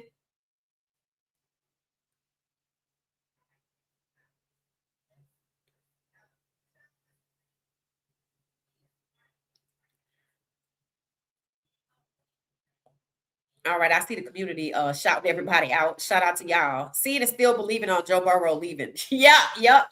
It said, yes, we stay lit and woke over here. Facts, Crowley. Shout out to you. Welcome back. Anyone seen Coach? We saw Coach earlier, but I haven't seen him this evening. Remember, these are still kids we are talking about. Yep, these are still young people. Hey, fam, how you doing? Hey, Nikki, welcome back. Hey, C-Truth, talk about the prediction report that came out ranking Colorado to finish last. It's a suggestion. I think I talked about it previously when we read it, but it's a suggestion. It's a suggestion. Now, my question is, since everybody believes in a go-go offense that you now know is a combination of three different things, West Coast, air raid, and run and shoot, is it not being taken seriously, or do they feel like it's not enough time to grade it, that it won't be successful year one, that the Buffs are rebuilding? So this year is a loss because we lost talent. We got a new offense, new coaches, new OC, new DC. So there's no faith in the program. And I'm going to say that it's a suggestion that they think they're going to lose because they're rebuilding. That's what I think it is. I think they're looking at it as they don't have as much faith in the go-go offense as a lot of people who are associated with the Buffs do. And they don't think that that type of offensive system will turn around that quickly and that the Buffs are rebuilding. That's what I think. Shout out to UC Truth for that. It said, did you see the interview with Marion on Morning Run? No, But thank you, Nikki. It said the air raid offense is an arm strength of the QB. It said the West Coast offense is dink and dunk. Oh, Lord, that's why I don't know what the hell it is. It said check down Charlie. Yeah, see, I'm not with that. It's either run and shoot or air raid offense because so that's what they call it, the West Coast offense, dink and dunking, check down Charlie. Oh, they can keep that. So here's the thing. Since the go-go offense is a combination of at least the 3 or 4 mentioned, which one will we see more? We're going to see the dinking and dunking? Or we going to see any air raid? Or is it going to be 33, 33, 33? Or is it going to be 75% dinking and dunking and the last 15% split between run and shoot and air raid? Let me know your thoughts. That's interesting. I think that is interesting, right? So let me know your thoughts. Thank you, Ramon, for that. It says CP is okay. Thank you, Pamela. I appreciate that. Thank you. I thought I saw Coach Prime in a golf cart today. I thought I saw Coach Prime in a golf cart. I really did. I thought I did. I don't know what I was watching because I was watching a lot of content. I watched Juju throw some bombs and some dimes, and I know that he was working out on spring break with Cam Perry. And he threw a nice pass to Cam Perry on Reach the People Media. So, he was all happy and fired up. And everybody's like, yeah, JuJu's the guy. I don't want to hear nothing else. And if we rebuilding, JuJu's QB1. Because it's no point switching. If this system is as complex as they say, and it must be because we talked about 3 different systems, JuJu's QB1. I'm sorry. I don't even want to start this competitiveness, right? Because there's no reason why JuJu can't learn what it is because his brain isn't any less functional than anybody else's. And I don't want to hear that cerebral crap, right? That kid been a star since he was 10. This kid had velvet ropes with adults watching him play, stars coming to his high school, right? That doesn't change because he get to Colorado and somebody want to change the offense to something that involves high complexity, which I don't even think that's a good idea. But I'm not a fan. I'm not a fan. Whatever the hell you was doing before work, Shedeur name is on the building, keep it pushing. Get this new coordinator, and he can come in and do whatever it is y'all was doing. The traditional pro-style offense, I think it's pro-style offense that got Shedeur name on the building because it wasn't broken. So I'm not a fan of the go-go offense. I don't have a problem saying it and knowing that I knew it was made up of more than one thing, but knowing it's made up of 3 different offenses, and I'm not with that because I'm not a fan. And I don't mind being the voice of dissent. I'm not a fan of the go-go offense. The high complexity, the high probability for predictability, we likely will be predictable. And you're dealing with these very young people who you are already out here on day one telling them not to talk, to try to be all there and, not to be retweeting who left and talking to the girlfriend and talking to the agent. They're going to do all of that. When you're not looking, that's just what they're going to do. Right. And I don't know if they're going to learn 3 different offenses. I don't know. Once again, though, the Buffs have a talented squad. Always had a talented squad. There was never not a time where the Buffs had never had a mediocre squad. Even in year one, it was always sabotage, and people don't want to admit that. This is why they keep changing, right? Because it's easy to sabotage because it's new. Just like Monken is new in Cleveland, it's easy to sabotage. Oh, he don't know it yet. Matter of fact, Andrew Berry is still being criticized for bringing in Zion Johnson. Did you see his run block? I think it was his run block that was atrocious. They one or the other. And it's like they really sat and looked at 4 people and was like, well, what do you struggle with? Oh, run block, let me get you. What do you struggle with? Pass block, let me put you with the one that struggled with run block. And then, yeah, you the second best. Your team, you aged out over there, so let me get you. And they bypassed the best person in Green Bay. And that person in Green Bay got a 1-year contract when they gave Tyler Linderbaum $81 million. Some agendas is happening here. And that's why I'm so happy for OT7, overtime sports, battle sports, whatever, anybody else. Anybody else. Anybody else. And I think this is the right time for all of these players to get on the bandwagon and get y'all some OC, some 7-on-7 teams. Is that what you got to do? Start there, right? Some good business models out here. Because the foolishness happening in the NFL is Lord have mercy. And it's not just the Browns. It's just that we watch the Browns more so than the others. Because the Ravens still talking about getting Max Crosby. They say they're not out on Max Crosby. You're going to need to do something. If they get him, I promise you they in trouble. The legal kind. Or somebody going to get fired. Because what they did was atrocious to Max Crosby. And it's like it was intentional. So you're going to have to fix that. It said, this is where coaching plays a big part. Yep, I think so too. Yep, Peter, that's what we talking about. That's what we talking about. That's what we talking about. Hey, Blind Beauty, how you doing? It said, remember, a real coach inspires you to be great. Right. And how does a real coach inspire you? Motivation. So you can't stop with the motivational speeches. I'm sorry. Motivational speeches are a part of getting these young people together. Because for one, while you talking, their minds coming into focus. These are young people whose minds is all over the place. They highly stimulated these days with the activity they have, right? When and think about it. You're talking about people that have to come to practice and go to class and be without their phones. Some of them got their phones in class, and that's the problem. You got high schools banning phones, at certain grades. So yeah, it's a lot happening, and you're gonna need the motivational speeches. I don't like to knock on the motivational speech.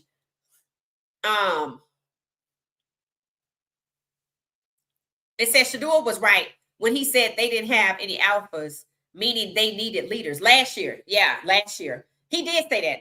I didn't think it was good to say it because people was going to get their feelings. But, I mean, yeah, obviously that was the case. And I was really surprised by that, right? Because we had somebody I know for sure that was around for almost 4 years. And I don't know why they weren't a leader. I just don't think they built that way, right? Some people are not built that way. So when the wide receiver coach was talking about the whole blocking and it's not in you, he knew exactly what the problem was, right? But what did we see last year? Because certain people had NIL deals, they had to play. Is that not how it went? Remember, we talked about that, right? We talked about how it was Cater got bitch after something happened. And then I think Omarion caused the holding penalty that needed Caden's 50-yard run or something like that. But Caden got benched, but Omarion didn't. And people were like, because he had a Dr. Pepper deal or stuff like that. So, NIL is part of the politics too, right? You got all of these sponsors paying big money for certain players. And if certain players are underperforming, the school don't care how much money they're getting from Dr. Pepper. They want you to get the hell out the way so we can win because my job is on the line. So there's a lot of politics that goes into all of this. And NIL is just one of the newest components. Now, if the player got the NIL deal because he's good on and off the field, it should not be a problem. It shouldn't.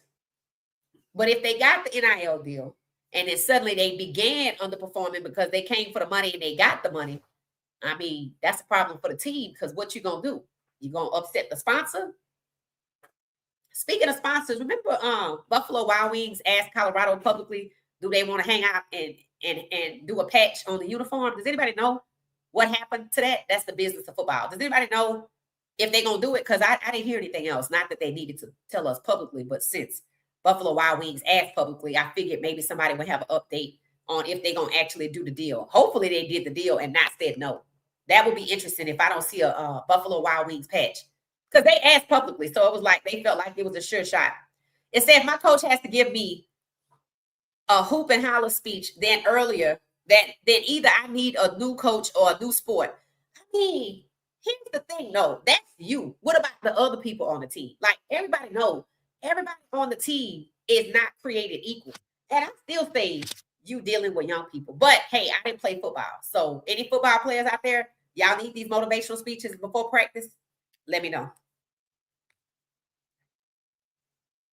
Everything starts with ownership. Absolutely. Yeah, there's no competition with Shedeur. It said, how is he saying stop with the motivational speeches while he's giving one himself? Maybe it was a dig at CP. I mean, you crazy if you think it wasn't. Somebody said on X, who the hell is he talking to? I'm like, who gives motivational speeches? Because, see, I told y'all, I'm not a fan. I told you, and I told you why. I told you why. This guy got to perform like everybody else in his shoes that came before him, right? He got to perform, right? And I don't care who hired him. I can just see what it is, right? And to start off by saying nobody should have to give you motivational speeches, and to close with stop with the motivational speeches, you're talking to two different people right there. Nobody should have to motivate them. And that's fact. So stop with the motivational speeches. The ones that you saying shouldn't need it, they not giving the motivational speeches. And if you didn't miss if you missed that as a dig, cut your grass. Cut your grass, bro. Cut your grass. That's all I'm gonna keep telling you. Just cut your grass. If you missed that, cut your grass. Because that's exactly what it was. That's exactly what the hell it was. It said Todd, 60-year-old monkey. Well, they hired him. It said, I'm hearing that Anthony Richardson is coming to Cleveland. It wouldn't surprise me, Miss Pamela. They're gonna get somebody. And you know, how do the Browns function? Like an incinerator. Who do they want to toss in the trash now? Anthony Richardson. Justin Fields already gone to Kansas. Kyler Murray is about to be battling out here for QB1 in Minnesota. I don't know who he's battling with. I'm assuming JJ. Now JJ. They say he might be on the move. So you got JJ McCarthy and you got Anthony Richardson. Now they're not gonna want to throw JJ McCarthy in the trash because they didn't throw Daniel Jones in the trash. In fact, Daniel Jones took Anthony Richardson's job, and Anthony Richardson getting thrown in the trash. So could you see Shedeur moving out for JJ McCarthy coming in? Or could you see JJ McCarthy just coming in for 1, maybe 2 years? They love these string me along contracts. If not, where do you see JJ McCarthy going? Do you see him being QB2 in Minnesota? And then there's Anthony Richardson. Cleveland is the perfect place for Anthony Richardson based on the way Cleveland has functioned for quarterbacks. The more the merrier. There will be no QB1 for the season. And I'm going to just rotate everybody. And I'm going to use that to devalue Anthony Richardson and push him out. That's what's going to happen to him. And then he's going to block opportunities from Shedeur like Dylan did.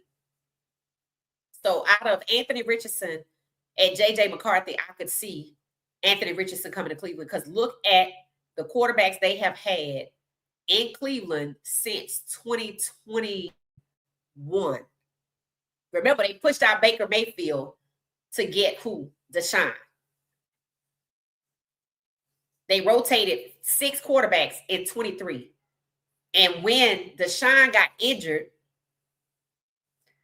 and Flacco got injured, that's 2. Instead of going with Dorian Thompson-Robinson or PJ Walker, was it those 2? To play the wild card game, Stefanski put in a quarterback that hadn't played all season. And it was a horrible loss.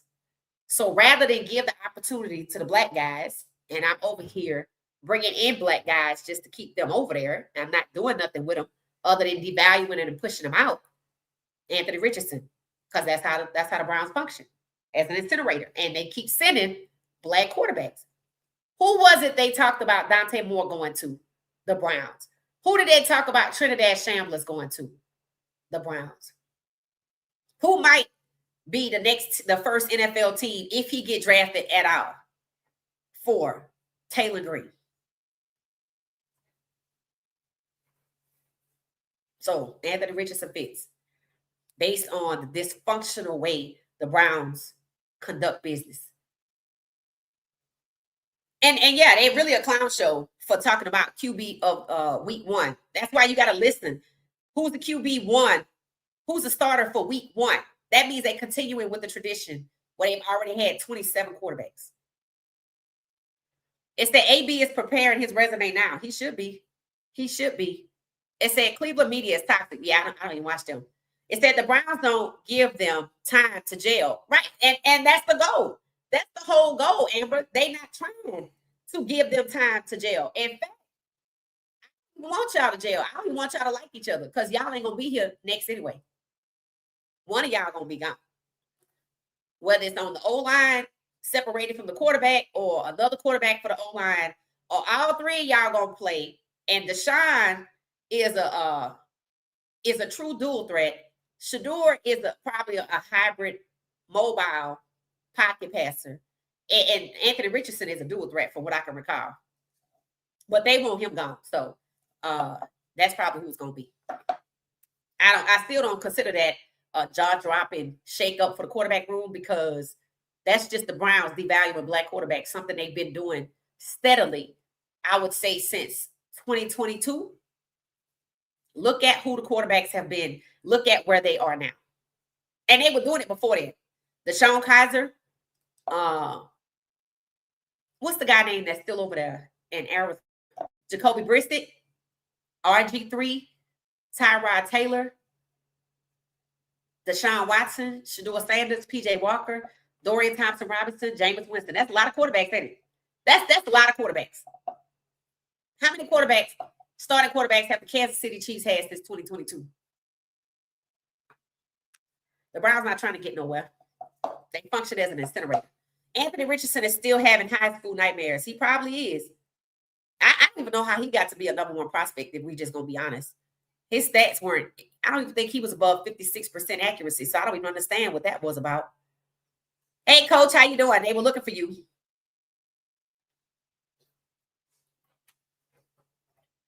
It said it's very true that history shows they play several QBs in a season. Deshaun Watson had to wait his turn, even with a big contract. Right, Destiny? And here's the thing, right? You say wait your turn, but here's the question.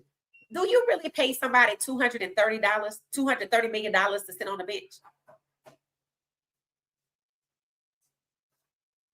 So was he waiting his turn? Because what really happened when he got his turn? The Browns got paid by an insurance company.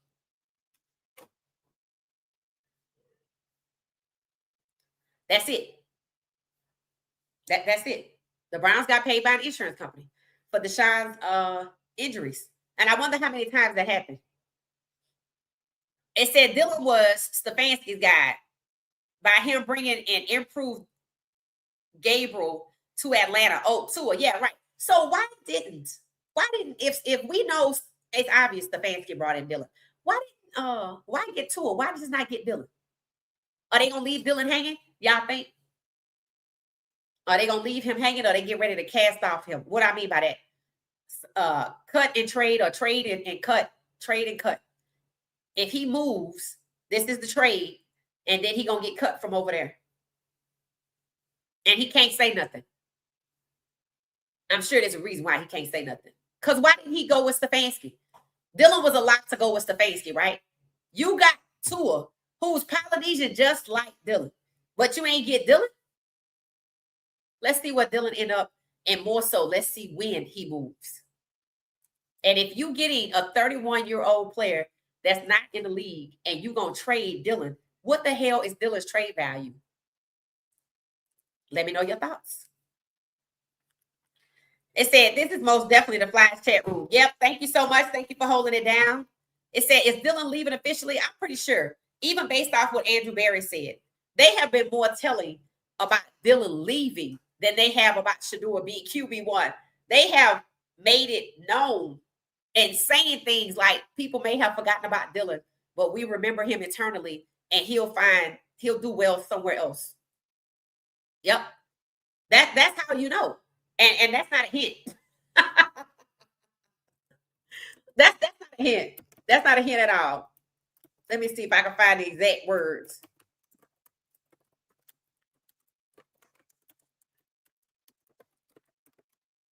Somebody asked the question, if Shador Sanders started all 17 games, how many games would they win? Somebody said way more than last year, for sure. It said at the 2026 NFL Scouting Combine, Cleveland Browns general manager Andrew Berry stated that the team has not given up on quarterback Dylan Gabriel, despite his struggles in a disappointing rookie search. Berry stated, Dylan's a guy that has a bright future in this league. So sound like he gonna fail up like Stefanski.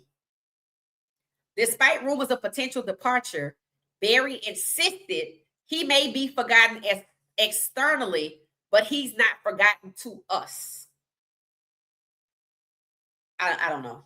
I don't know. I'm just waiting to see if Dylan about to get screwed. That's what I want to see. Now, I want you to think about who we talked about has landed new places. Devin Bush is in Chicago, and Wyatt Teller. Hold on one second. Let me look at the Bears depth chart right fast to see where he lands.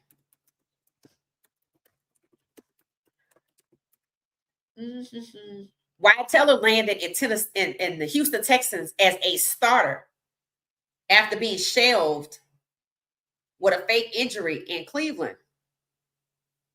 Chicago Bears depth chart. Let me look at defense. I guess I'm gonna share this with y'all. All right, I'm sharing this with y'all so y'all could see the depth chart. There you go. This is the depth chart for. I make myself smaller so y'all can see it for the Chicago Bears. Okay, I'm gonna move myself out the way totally. Okay, this is the depth chart for the Chicago Bears. Devin Bush landed as a starter. Yep, he's a linebacker as a starter. Now that's interesting.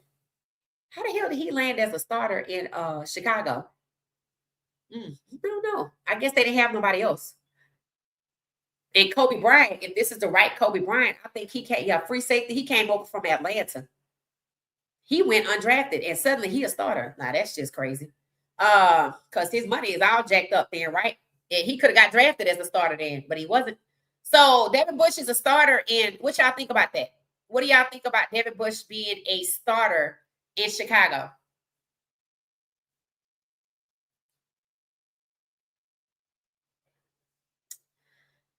Yep. Let me know your thoughts. Let me know your thoughts. So only two people have landed gigs, and that is Wyatt Teller, starting right guard for the Houston Texans, and Devin Bush, starting linebacker for the Chicago Bears. Let me know your thoughts.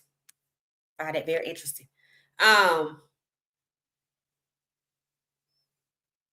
Hey Isaiah, how you doing? How you doing? How you doing? It said, Dylan Gabriel should already know he's a backup and had no business being a QB1. Now, what does that say? What does that say? Had no business being a QB1. So what was the point? What was the result of him being QB1? He was blocking Shedeur. That's it. And now he either going to be in Cleveland as a backup or are they talking about bringing in the 31-year-old guy to replace Dylan? But according to Andrew Berry, we haven't forgotten about him, but he got a bright future somewhere in this league. I don't know how he got a bright future. How does he have a bright future? See, Andrew Berry said there was an alternative use for Shador Sanders being drafted. But to be honest with you, we could clearly see there was an alternative use for Dylan being drafted because he was never a QB1. He was an undrafted free agent last year. So what was the alternative use for Dylan? To block Shedeur. And if there's an alternative use for Shedeur, what is it? Keep away from QB1. That was the plan last year, right? Dylan's still there, right? They're thinking about getting the 31-year-old, swapping out Dylan. So we're going to at least have 3 quarterbacks. At least 3. It said Juju need to go to South Carolina with Staley. You think Lenore Sellers is over there? Oh, but he leaving. That's right. Lenore Sellers, this is last year. What y'all think about Juju going to South Carolina? Well, Lenore Sellers got badly concussed and they left him laying on the field for 5 minutes, and his coach was jumping up and down and screaming because of the way he got treated. And of course, that made him ineligible to play some games. He was unavailable, and that is why he went back to school.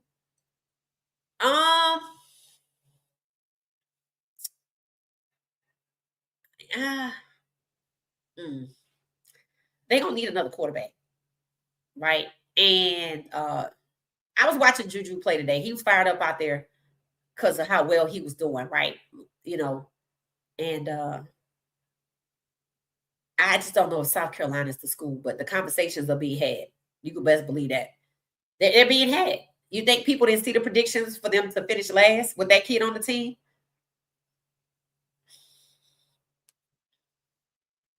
Juju from, where is he from? It said by Watson, 12 is must see. Yep, he is. It said, my bad. I meant to say Juju from USC. Oh, okay. We talking about different Jujus. Okay, so we're not talking about Juju Lewis. We're talking about Juju Watkins. That's basketball. But yes.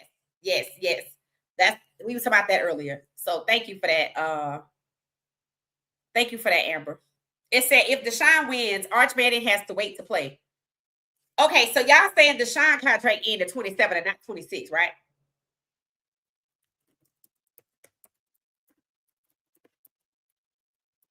Deshaun only has a $1 million contract amount. Everything else is a bonus. When does Deshaun Watson contract end officially? It said Deshaun Watson's contract with the Cleveland Browns is up after the 2026 season. I told y'all this was it.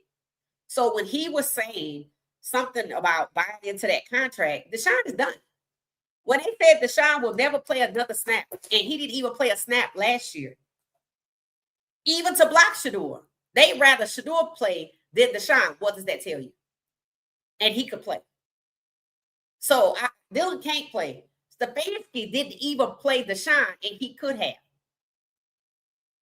Now, the guy sitting to the right of Pac-Man said what? This comes from the very top. He's talking about the owner. The owner who was at Deshaun's wedding, which is why I was disappointed he was there, but that ain't my business, I guess. But it just told me Deshaun was still thinking and hoping at the time. So when they said before we came to the table that Deshaun played his last snap in NFL, they knew his contract was up this year. And he didn't play one snap last year. And you hearing them push Shedeur up ahead of Deshaun. One of the reasons they probably have not committed out loud to Shedeur is because how do you commit to Shedeur, who you didn't want to be QB1 last year, who you said Dylan was better than him, and you owe Deshaun $230 million? They do not want people asking that question. Notice they never talk about how asinine it is to have paid Deshaun $230 million and not play. There's rarely a conversation about the Browns collecting insurance money for Deshaun and Deshaun always being injured and the insurance company paying Deshaun's $46 million salary last year. There's never been that conversation because most people know the answer is Deshaun got $230 million that don't have shit to do with football. And that's why they could comfortably say last year, before Shedeur even arrived in Cleveland, that what? Deshaun has taken his last snap in the NFL. Could that be the reason why Deshaun's wife said we should just relocate to Italy? Because she know that's it. So if that's the case, then that's why you hear Shedeur is the guy, but the Browns haven't said it. It's insinuated because people know Deshaun will not be the guy. They wouldn't even let the man take the field last year.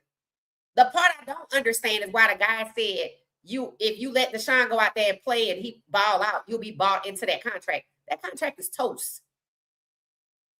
I don't know when these guys get paid. I guess it's every week, but they already restructured Deshaun's money so that his salary is only $1 million. and they're going to pay him bonus money.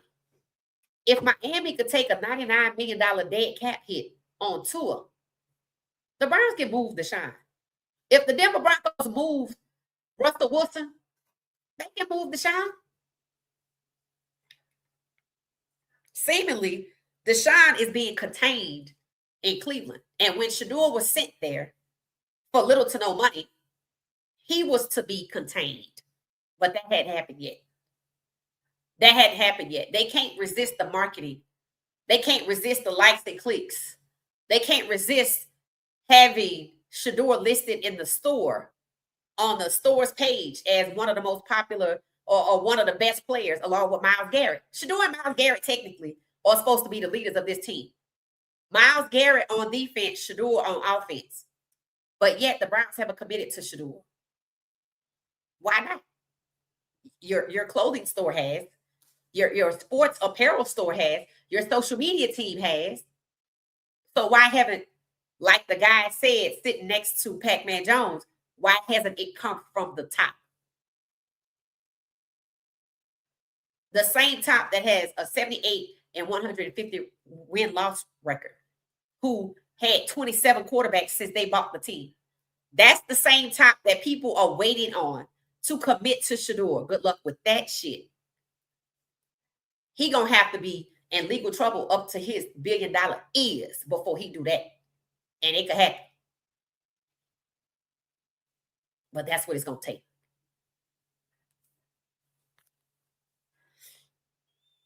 I think people know it's the owner. They just don't want to say it out loud. It said the Cleveland Browns is the Haslam's toy. Yep.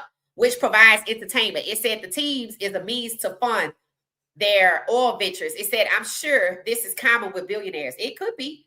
Remember when Jerry Jones got in trouble last year for saying that the oil business took priority over the Dallas Cowboys? Remember, he got in trouble for that. So there you go. You on to something, Nikki. I think you might be spot on. Yep, Jerry Jones said he alluded to that. So basically, they see the team as a cash cow to do the other things, to live, buy yachts. They to have the influence that they have, because a lot of influence comes with the team, networking, because you get to meet people in business because of the team. Remember, Jerry Jones said something about that's why his $100 million oil business is what it is, rather than him discussing Dallas Cowboys defense. Remember that? That told you what you needed to know right there. So that's how the Haslams act. They act like the team is a petting zoo. Just keep a product on the field. It said, this is what happened. It said in 2025, Jerry Jones flippantly suggested his multi-billion-dollar natural gas business, which is what the Haslams have. They have a natural gas company they bought, was a higher priority than fixing the Dallas Cowboys' struggling defense. Now you know why the Browns just replaced same with same, because winning is not a priority. Keeping a product on the field, keeping fans on the hook is. It said he told the Wall Street Journal he was on the phone discussing a $100 billion present value gas opportunity, saying that's why I'm talking to you rather than trying to fix our defense.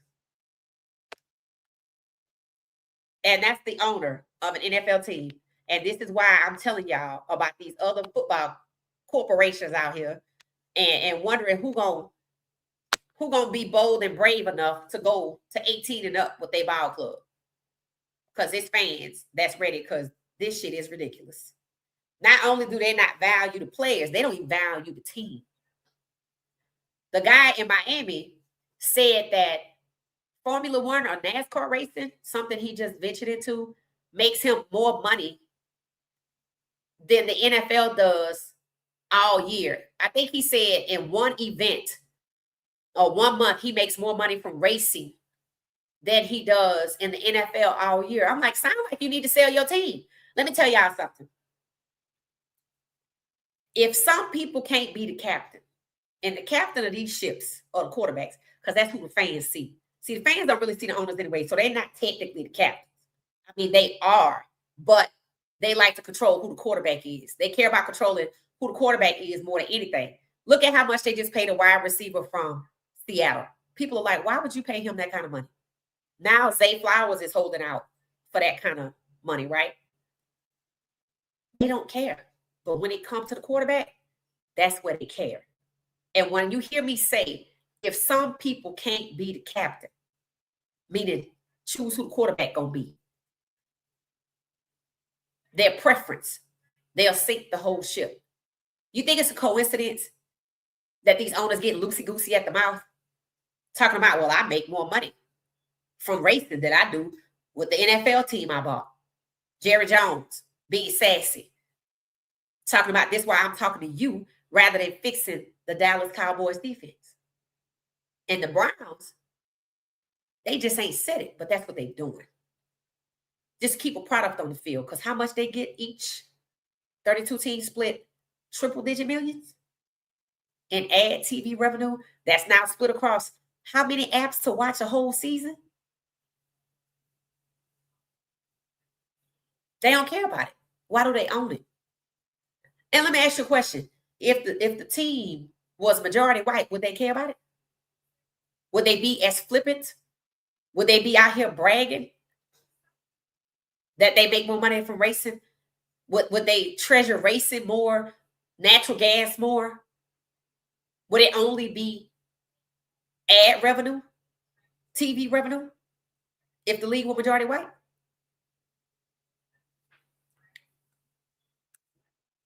I'll let y'all answer that one. It said, yes, Destiny. I didn't see them. I don't see them wanting Deshaun past this year. Yeah, he's going to be gone. It said, remember 12 did more with way less. Facts. It said, the Mannings have stated that they want Arch to go to a winning team. Interesting. Dysfunction is their main function. That's it. Archie took a real thrashing when he played for the Eights back in the day. They had a wide receiver that headbutted a big TV sideline cameraman after he caught a pass from Archie. Oh, one of them hospital balls. It said the Browns will have to renew his contract if Deshaun plays well, is what he's saying. Yeah, that ain't happening. That is not happening. And I know he know that. It was too many people saying Deshaun has played his last snap in NFL. It sure looked like it don't. And the moment that the Browns switch from hearing the word competition to the narrative switching to they just gonna stick with Shedeur and Deshaun. Quickly, Shedeur seemingly is elevated above Deshaun, and neither one of them are committed to. And yet the Browns still have a jaw-dropping shakeup of the QB room to make. Sounds like they were basically saying pigs gonna fly before Deshaun play. That's what they did last year. Look at how hard Stefanski worked to keep Dylan on the field and Shedeur off with Deshaun never being a question. And when Deshaun got to his window that he could play, never let him play. Not one time. But was okay with him coming down to the field to go over the tablet with Shedeur. Why he didn't play last year? You think Deshaun being healthy would have kept Shedeur from playing a number of games? So why did they not play Deshaun when they had the opportunity last year, knowing how much they didn't want Shedeur on the field? Or is it that they always knew Shedeur was going to play just less than a majority of the games, and they never minded Shedeur playing more games than Dylan? So Dylan was there to suck up the reps. Dylan was there to suck up the games so Shedeur don't hit 10 or above. Deshaun never played an entire season. Never. Since he's been in Cleveland. Never. Never had those types of injuries in Houston. And Wyatt Teller told us he was not injured. Stefanski lied and said he was. Injury seems to be a way to weaponize and to restrict the movement of players, which is to execute collusion.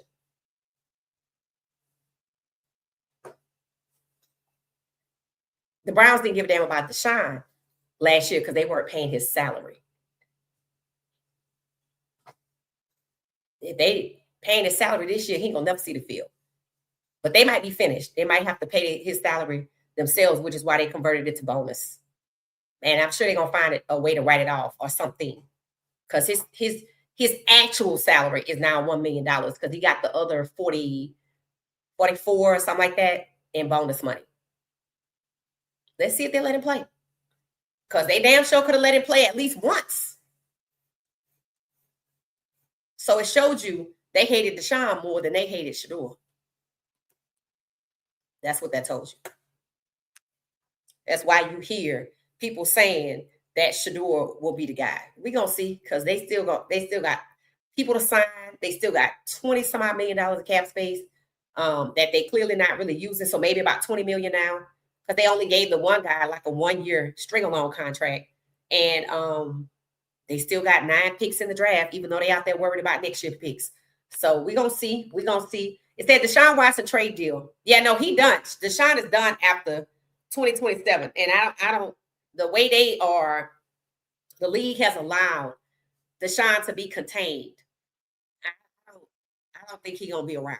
I think that's why his wife was talking about relocating to Italy, because she probably they know. I think they know. I think they know. And this right here could have been you got it.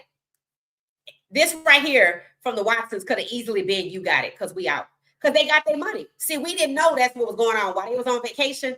All of that was transpiring. So while they were on their lavish vacation, the Browns were converting 99% of Deshaun Watson's contract, remaining year of $46 million, to a bonus payout. Imagine coming back to the States, or while you on vacation, $45 million hit your bank account. And when you go to work next year, all you're going to make is $1 million. Because you're just going to be over there. Shout out to the Watsons. Cleveland media doesn't like Shedeur, but they detest Deshaun. That's what it seems like. It said Cleveland will continue to do Cleveland things. Shedeur is well aware and is prepared for whatever's to come. Yeah, I still hope that they trade him to Minnesota and they can have J.J. McCarthy if that's what they want to do. I haven't heard any more talk about Shedeur going to the 2. I don't think it matters whether it's the 12 or the 2. But the Browns better get themselves ready. They better get themselves ready for whatever foolishness they think they're going to pull on Shedeur. They better get ready, because it's a whole lot of more people that got something to say this time. It said, let's see if Munkin and AB commit to Shedeur before training camp. I think they will. Okay, Coach, we're going to take you on that. So Coach thinks, I'm going to screenshot this. Coach thinks that Munkin and AB might commit to Shedeur before training camp. Okay. And Shedeur probably going to come back for the involuntary period, if I had to guess. It said Munkin stated in his first presser with Cleveland that he doesn't, hold on one second. Let me see what he said, because it's still something on my screen.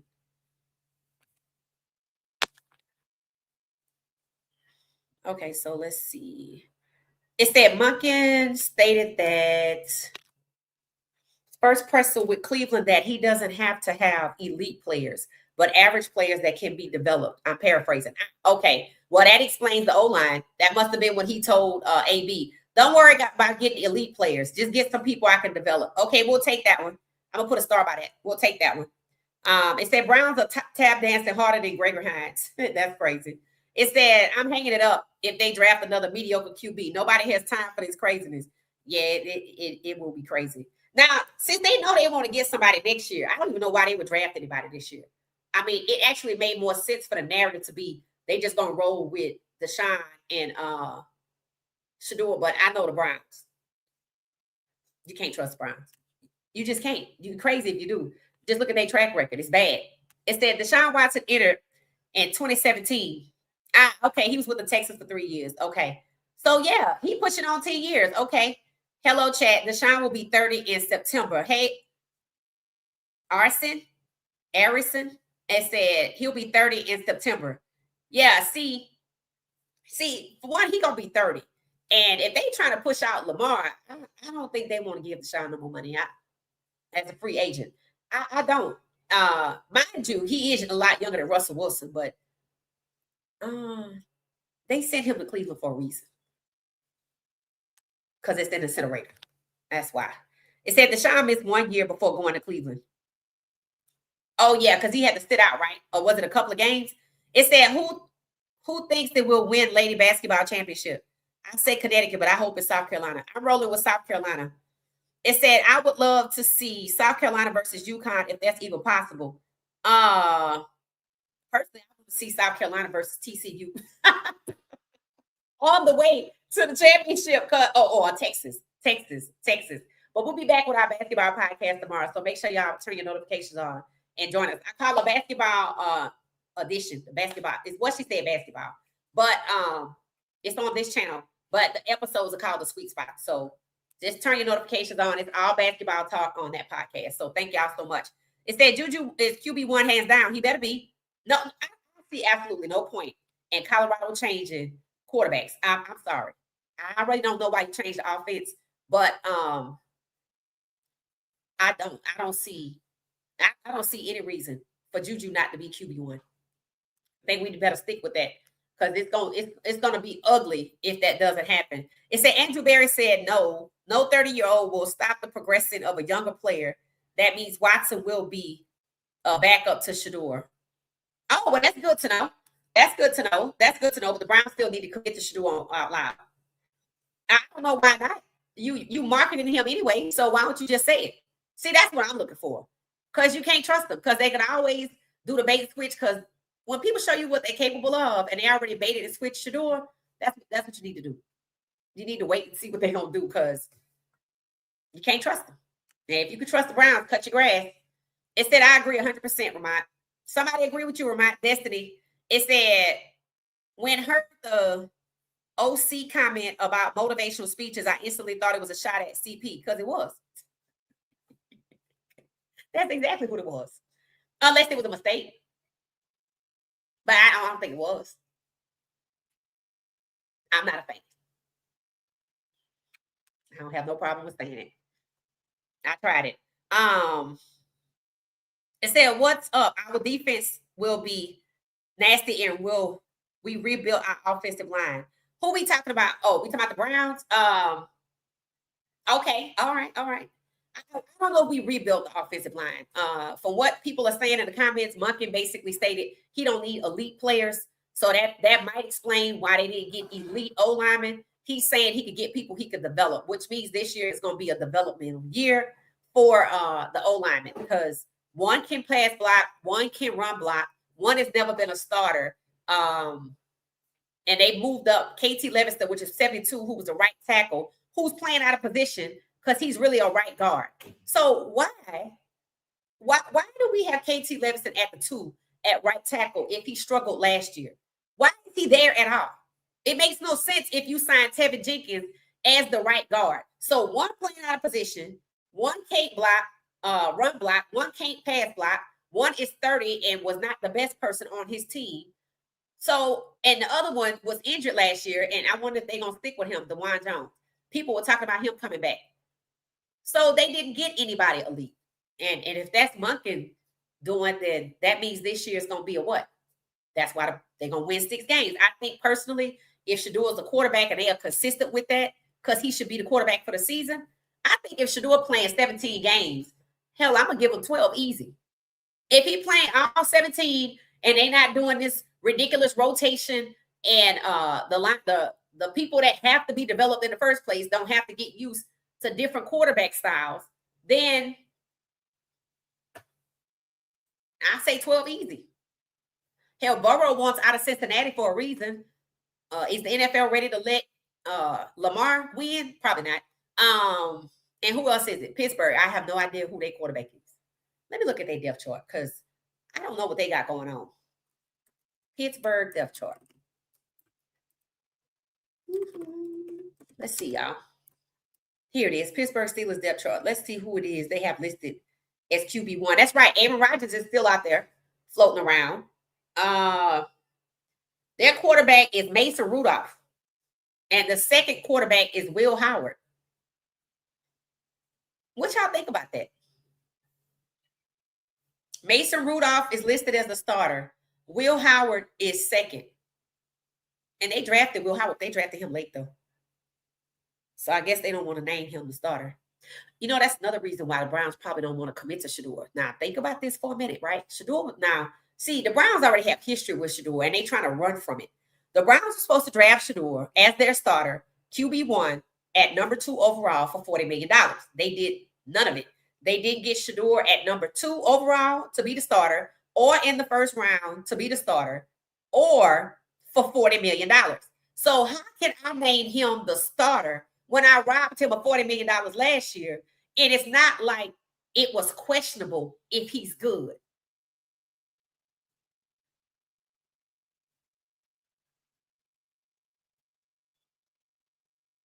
I mean, how can I do that?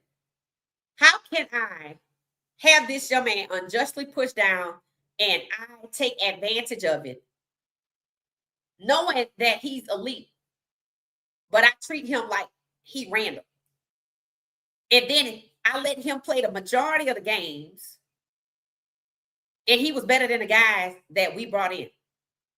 That's playing his face 1. So I'm supposed to play in his face again, year 2, with a new coach who quietly sabotaged Lamar. Get mad if you want to. A new coach who said he don't need an elite people, which is why they don't have an elite O-line likely, because they do not. So they're going to be rebuilding because I have a new head coach, a new OC, a new DC, a new special team. So this year is a rebuilding year. That's what it's going to be. That's why they only giving them 6 games. But we know Shedeur is better than that. It's already been said the Browns are not counting on Shedeur. So if Deshaun can't play, or they don't want him to play, Dylan got a future somewhere else in his league, maybe. If I'm not counting on the Shedeur, who the hell am I counting on? Who am I counting on if I'm not counting on Shedeur? And why am I not counting on him? Am I trading him? I think so. I think Shedeur being traded is the jaw-dropping move, because that's the only. Deshaun isn't even a jaw-dropping move if he's 30. He's not even the jaw-dropping move, because at first it could have been. Because why? We would have thought he could have played. Now it's not a jaw-dropping move because you don't even want him. You don't even want Dylan because you're talking about getting a 31-year-old off his couch. So the only person that's considered a jaw-dropping move is the person that they keep marketing the hardest. So that if they trade him, well, damn, Shedeur could have started here. But yeah, he moved on. Shedeur got to be the jaw-dropping move. Getting Tyson Simpson is not jaw-dropping because Shedeur can beat him, and they know that. Deshaun is 30, but Shedeur probably can beat him too. And I like Deshaun. But the Browns would even let him play 1 snap last year, and they could have, so they don't want him to play. There's still a jaw-dropping move. Does Shedeur go to wherever Anthony Richardson is? Is that Indianapolis, and they're going to push Shedeur behind Daniel Jones? I can see it. Why? Who compared Shedeur to Daniel Jones? Somebody that was the head coach of the Giants. The only team to disparage Shedeur, who was the employer of Kevin Stefanski. Understand this. If they put Shedeur on another team, it will be a jaw-dropping move, especially with them keep posting about him and all this other stuff. It will be shocking. It will be a shakeup. But to where? Minnesota? With Kyler Murray? I can see it. Because they love to stack black quarterbacks together. I really can't see a place where they put Shedeur behind Daniel Jones because he already got injured last year. But I can see them doing it because of Daniel Jones. That's why people thought the Saints could have been a real rumor. But it's the Saints, so no. We know he ain't going to Atlanta because I think Mercedes-Benz will burn down just like the Superdome would in New Orleans if he went there. We know it's not New York. And it ain't Pittsburgh, or is it? Without Mike Tomlin. Mason Rudolph as the starter, that doesn't seem likely. So they got room over there. But then they drafted Will Howard in the same class as Shedeur. We know it ain't Baltimore because Baltimore's already in trouble for what they did to Max Crosby. So they ain't going to play. Even if they wanted to, they ran out of tokens to play. The Bengals, Joe Burrow wants out. Flacco over there. Or they say they want to get Flacco again. What about the Bengals? The Bengals of Minnesota. Those are 2 places Shedeur could go. Now, if he went to the Bengals this year and Burrow was there, Burrow's injury prone. So that would give Shedeur an opportunity. But it also, too, could hate on Burrow a little bit because he was supportive of Shedeur. Let's see what happens. Just like Max Crosby. Let's see what happens. It said Coach Prime just can't get a decent offensive coordinator. This is about to be more BS. Right. Because it seems like anybody he bring over there start feeling themselves and they just stab him in the back. Pretty much, because that was ridiculous. It said, I see JJ getting a ticket on the westbound number 9, leaving the Vikings behind. Oh, JJ McCarthy? And try to find a peace of mind. Yeah. You talking about JJ McCarthy leaving Minnesota? Okay. I mean, they stay there ready to move off of him, and notice it hadn't happened yet. So I'm going to go with Minnesota. Jaw drop and move, Minnesota. JJ McCarthy to the Rams. Okay. And why would that work? JJ McCarthy to the Rams works because Matthew Stafford is on the way out. And they already could have had Shedeur and blocked every depth chart spot they had. Them and the 49ers. There are certain teams that do not have black quarterbacks, period. Even though there are teams with black quarterbacks as twins and triplets, they don't have none. Minnesota was one of those teams until they got somebody up there and put him at the 4. He probably not even over there no more. Let me look at their depth chart and see. Yeah, so the Rams could work for JJ McCarthy because they might think, oh, he could turn into a Daniel Jones. I could see it. And he would get that opportunity, whereas other players wouldn't get that opportunity. Who's in Minnesota right now? Kyler Murray is the 1. JJ McCarthy's at the 2 with a Q next to his name. Carson Wentz is a 3. I have no. Carson Wentz is still around. And Max Brosmer. They got rid of the black person they did have. He's not even on there no more. I forgot it was somebody. I think that somebody used to play in Atlanta and people thought he was black, but we weren't really sure. If you're an Atlanta Falcons longtime fan, you probably know this person. Yeah, the Rams. It said Dak Prescott had 10 years in Dallas. I believe Dylan will be trade offer in the draft. Yeah, I can see Dylan being draft capital. Now, we know the Browns want to set up for next year. So how many of their picks do you think they would trade away for this year to try to get the number 1 spot? I looked at a trade they made for Odell Beckham Jr. They got Odell Beckham Jr. and one other person, y'all. And guess what? They gave away 4 people. I think I have it. I'm going to share it with y'all. I think this is interesting. I was like, well, damn, you gave away more people and you got 2 back. But Odell Beckham Jr. said it himself. He was sent to Cleveland for his career to be upended. All right, y'all take a look at this. All right. This is it. Let me see if y'all see it on my screen. There it is. Okay, so it's on my screen. I'm going to read it to you for those that are mobile or audio only. All right, so it said the Browns-Giants trade details. The Browns received wide receiver Odell Beckham Jr., who himself said they sent him there to end his career. And defensive end Olivier Vernon. I don't even know who that is. Don't know if Olivier Vernon is still around. The Giants received four players, 2 picks, and 2 players. It said the Giants received the 17th overall pick, which was defensive tackle Dexter Lawrence, the 95th overall pick, linebacker Osborne O'Shane Jimenez, and Jabril Peppers, who was a safety. I thought he was good. I haven't heard much about him. And Kevin Ziegler, who's a guard. So you got 2 people for 4, and Odell said that's where his career, he was sent there for it to end. So how many picks? They already gave up 2 picks and 2 people. How many picks and people would they give up to get the number 1 spot next year? They got 9 picks. The O-line is pretty much done. They can or cannot get one other person, but with Monken saying he don't need elite, they probably not. Wide receivers, they should get 2 in the first round, but I don't know. Let me know your thoughts. Let me know your thoughts. Because I think that's what's going to happen. I think they're going to use those picks. Think about it. They were supposed to get Shedeur at the 2. They traded that pick. And they got Mason Graham first instead. How'd that work out? Then they got Carson Schlesinger. That worked out better, but he was second round. You could have got Mason. Why he didn't get Carson Schlesinger in the first round? Point is, you didn't want to use your number 2 pick overall. You traded it. Can I see them trade number 6? Yep.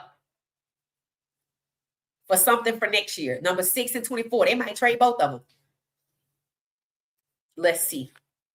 It said, no, that's Shador's post. Oh, okay, Shador's spot. It said, at least I want it to be. Oh, this conversation happening in the chat. It said, Dylan's trading value is equivalent to a Junior Whopper without cheese. God darn. Blind Beauty said, a Junior Whopper without cheese. That a bag of Funyuns, not a bag of Funyuns. Not a bag of Funyuns.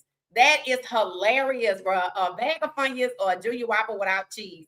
Miss Pamela said that's about right. Now that's hilarious. A Junior Whopper or a bag of Funyuns. Now that's hilarious.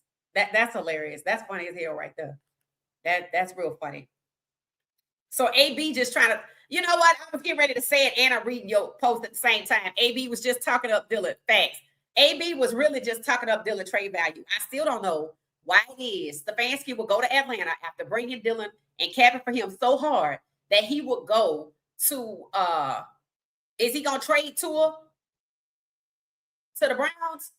Is that possible? And he bring Dylan over there? Is that possible that they could trade Dylan for Tua? Because how you go get another Polynesian player and want to put him in the same situation that you did with the Browns, which means you on the same BS you was on before.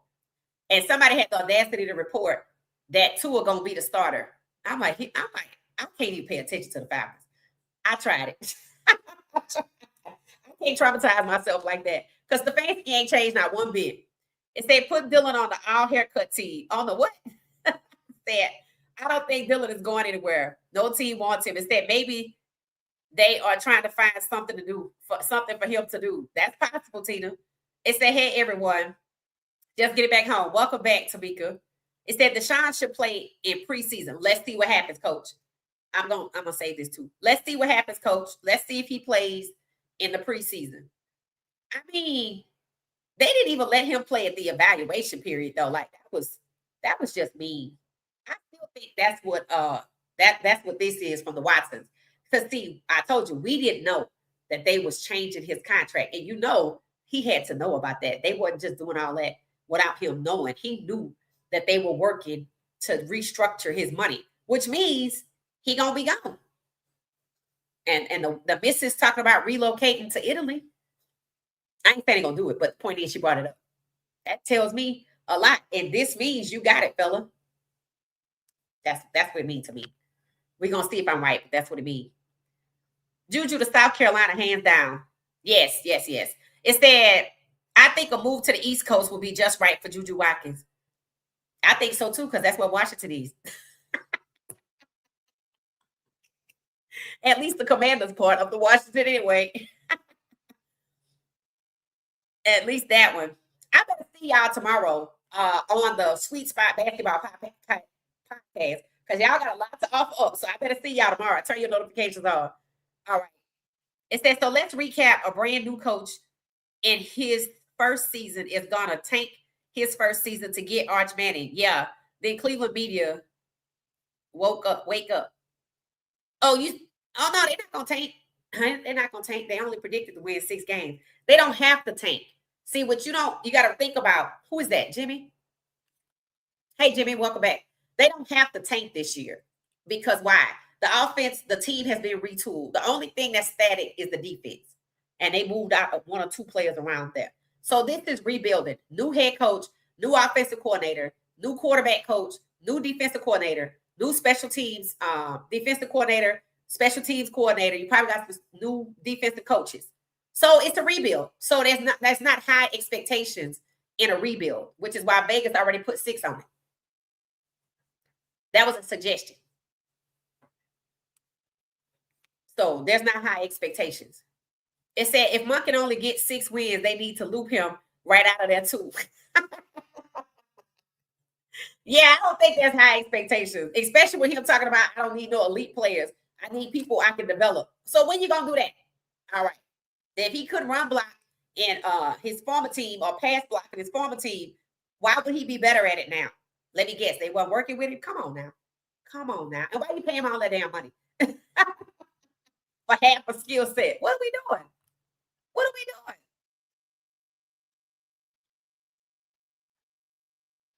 Instead, I got the Browns winning 8 games. If Shador's a starter or just in general coach, I got Shador winning 11.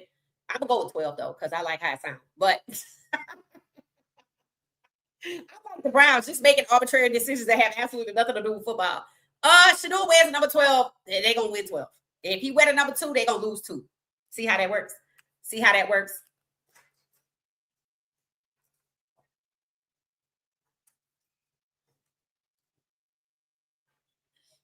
It's y'all saying Dylan Gabriel's trade value is the cheese Whopper or Whopper Jr. without cheese. Or a bag of Funyuns. The next time I make QT, I'm gonna just start laughing. They're gonna be like, what the hell is she laughing at? Recall. Especially when I see some Funyuns. Because he's not even good enough to be hot fries. Y'all made him a bag of Funyuns, something that you need to brush your teeth after. I'm like, that's hilarious. That is hilarious. Shout out to y'all for that. Juju leaving is wishful thinking. She playing in her hometown in a big market. We gonna see. We gonna see. Because she sure was digging her finger in her arm. And the camera was nosy. Man, the cameraman be snitching. I'm like, or the camera person, they be snitching. She was over there. She had her hands like this, and she was just digging her finger in there, trying to, so it don't show on her face. I saw that finger, and they did too. That's why they kept showing it. They were like, aren't you upset? You should be. I don't think she should settle. I think she need to leave. Instead, Taylor has signed with the Texans. Yeah, good for him. He's a starter too. Shout out to Niceville for that. Welcome back, fam. And said, I heard they're going to do a rebirth of 2. They should. Oh, did Shedeur and Shiloh ever make their announcement? Rumor mill was Shiloh was going to Cleveland. Now, I'm going to just say this. Since they want to market, right, and they want to pretend they don't want to commit to Shedeur because they robbed him last year, whatever reason, they should just go ahead on and get Shiloh. They should. At least make it believable. At least let us believe for half a second. That you're gonna do something. I think they should. I think the Browns should get let me see who on their depth chart at safety. Let's see. Did they have the openings? Because now it was funny how after Stefanski got over to Atlanta, they moved out Kobe Bryant, who they took undrafted, but he a starter on his new team in Chicago, which I find very interesting. So they devalued him for his rookie contract, but he's sent over to start for undrafted free agent money. But he should get within 2 years, the end of this year, he should have a new contract. So he'll get a new contract faster. I just don't know why they devalued him like that, though. I knew he was good. Remember that's the kid that was chirping with Travis Hunter from Kansas State or Kansas? I think it was Kansas. All right, so on defense, let's see who's on defense. I'm gonna let y'all see this so y'all can see what I'm looking at. These are the defensive starters. Let me see if y'all can see the defensive starters. Okay, these are the defensive starters. Alex Wright, defensive edge, Isaiah McClure. So they got a third that's open. Shedeur Friend is behind. Aiden Huntington is still behind Mason Graham. Let's see if he make it back because he at the 3. That's the risky spot. They could cut that. Malik Collins, Mike Hall Jr., Sam Kamara, Miles Garrett, A.G. Espinosa. I don't know who that is. And Julian Okawa. Interesting. Now this Jeremiah, I think he's supposed to be out again. Carson Schlesinger, he's still injured. Nathaniel Watson. What are we looking for? A free safety? Shiloh's a free safety. They got 3. They'd have to cut somebody first before we get to camp. Or he'd be a camp body, and I don't really want that. Dom Jones. Well, no, not him either, because he a nickelback. They still got that one guy. They only got one nickelback. They only that's number 26. Remember they had him playing last year? Grant Delpit is still there. I don't know who Christopher Edmonds is. Ronnie Hickman is a free safety. Tyson Campbell. Remember they made that trade? I forgot the guy that they sent over to the Jaguars for Tyson Campbell. I thought he was good. I thought he was good. Yeah, I guess that's Denzel Ward is still questionable, and so is his replacement. So they're probably gonna get somebody else at left cornerback. Is Shador a strong safety or a free safety? Now, they only got two strong safeties, so maybe he could come in as the third and work his way up to the two. Because I don't recall seeing this guy Edmonds play last year, but he could have. So what do y'all think about Shiloh coming to Cleveland? That's the big announcement. I like it. I don't know. Let me know your thoughts. They should do something like that though. They need to start making this shit right with the Sanders. It said, is Shedeur back in the training lab? Probably. I would think so. It said Flacco signed a 1-year deal with the Bengals. Okay, so is it a new 1-year deal or was it from last year? Because I heard they want him to come back. What are Dylan's updates? Let me check. Let's check. Latest on Dylan Gabriel. Somebody say his fiance went MIA.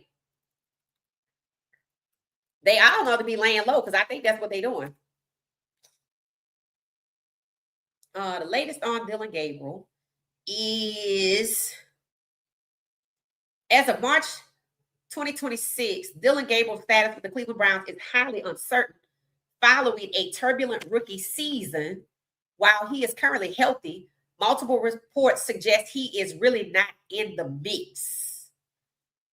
He's really not in the mix to compete for the starting job. So whoever in the comments said he will be a backup, shout out to y'all because you were right. So he's not even considered a starter, but he can still be over there. With the team reportedly focusing on a battle between Deshaun Watson and Shador Sanders. Okay, what y'all thinking about that? Dylan is not really in the mix. So like I said, Dylan is laying low. I want to see when Dylan get up out of here. People are thinking it's going to be not free agency, but the draft. Like he's draft capital. And I'm curious to see what his value is. Right? So they're going to get another quarterback with Dylan. It's either the 31-year-old or somebody from the draft. If they even contemplate trading Dylan for a 31-year-old, they probably going to get somebody out the draft. Like somebody they want to contain. And I already know who that is. I think Pittsburgh wants Joe Burrow, according to Joe and Debo. Yeah, they said that they were the rumor mill around Burrows to the Bengals, Joe Burrow to the Bengals, is James Harrison, who's a legend with the Pittsburgh Steelers, was telling him to go up there and talk to the owners. And supposedly he's supposed to be doing it. He's supposed to be going up there to talk to the owners. I mean, they only got Mason Rudolph as a starter, and I don't think he's the starter. I'm shocked that they don't have Will Howard as a starter because they had such nice things to say about him being a starter, I thought. So Burrow has an opportunity to move over there. If the NFL want to make things right, they will send Shedeur to Pittsburgh. Because remember, Mike Tomlin was going to draft him. But since they fired Mike Tomlin, I don't think they'd move to make things right. So there you go. It said, yes, Shedeur posted earlier today that he's about to get in some work, coach. Yep, so Shedeur's back in the lab. Yep, and he started a page. It's supposedly he is. Y'all can go figure it out for yourself. SS Legendary or something like that. I think he put it on his main page. I don't know. Shedeur might be getting hacked over there. I don't know what's going on. It says since his rookie year, 12 was the best QB on the Browns roster. Fact. So I don't know why it's a battle. I'm not really sure it's a battle. I think the Browns just don't want to commit to Shedeur on paper. I think they don't, which is stupid. You think if they market him the way that they do, which is getting everybody interested, they would just go ahead and say he's our starter. But there's a reason why they're not, and it could be because of what happened in the draft last year. He's, in my opinion, in the same situation as the guy Kobe Bryant, who went to Atlanta undrafted, but is sitting in the starter's position in Chicago. But see, the difference is he's on the depth chart as the starter. We know he's the starter. Shedeur's on the depth chart as the starter, but they won't say it. They didn't take Kobe out of Atlanta and put him as a 3 or a 2. They made him the starter. They have Shedeur as the starter, Dylan as the uncertain, probably going to be gone, and Deshaun at the 3. So whoever said Deshaun was going to be a backup, shout out to you also. So y'all already saying Dylan is a backup, Deshaun is the backup, Shedeur will be the starter. He'll probably play the majority of the games, but They won't name him the starter because they don't want him to play more than 10 games because he'll be the starter for the season. And they don't want that. Do you know why? Next year, if Shedeur go out here and ball out for 15 games as the starter, if you name him the starter, how you gonna go to the draft and draft? How you gonna go to draft at 27 and say I need a quarterback again and let me get Arch Manning number 1 overall? You can't. You can't justify it. You can do whatever the hell you want to do, but you can't justify it to your fans. And that's what the Browns are concerned about because they did not expect the fans to gravitate towards Shedeur the way they did. But now that they have, let me market him to you, but I won't name him the starter because I got plans for next year. This year is a rebuilding. What did they say last year? We could have won more than 5 games. So they know they can win more than 5 games. Vegas gave them 6. They don't want Shedeur to play more than 10. So 6 to 10. That's how many games they're going to win. Because the goal is to end the season with the fans happy, seeing progress, meaning more than 5 games or however many they won last year. But not enough that Shedeur is a bona fide starter on this team or any other team. Unless next year the NFL is ready for Shedeur to move on as QB1. The same NFL that gave out his phone number to 2,000 people. 6 to 10. That's how many they're going to win. And they're going to keep using that ignorant narrative that makes them a clown show that talks about the starter for week 1, the starter for week 2, who's the starter for week 3. Deshaun going to be the starter for week 4. Somebody else going to be the starter. Unless they do the jaw-dropping move and trade him somewhere else. And sounds like, once again, Shedeur is in the right city on the right team for the clearest path to QB1 despite their bullshit. Because you can't draft nobody else that's better than him unless you get somebody you know goddamn well is talented and you going to do the same thing you did to Shedeur, devalue them, get them for cheap, and put them in front of Dylan. So you're going to get a better Dylan. Taylor Green. Taylor Green is a way better Dylan. And they asked him to switch to wide receiver, and he said he would. And he's black, and they will be triplets. I mean, I'm not hoping for that. I'm just giving you the scenarios based on the fact that I need somebody to suck up the reps, that Shedeur is going to be, that can give Shedeur a run for the money. That I'm not going to invest a lot of money in. Notice that he invested a lot of money in Shedeur. But Shedeur is sitting at the 1. So let's see what happened in the draft. 6 to 10, people. 6 to 10. Now, they could win 12 or 11 games, but it ain't going to be with one quarterback. Because then Shedeur will be the starter for the season. And again, they want to avoid that at all costs.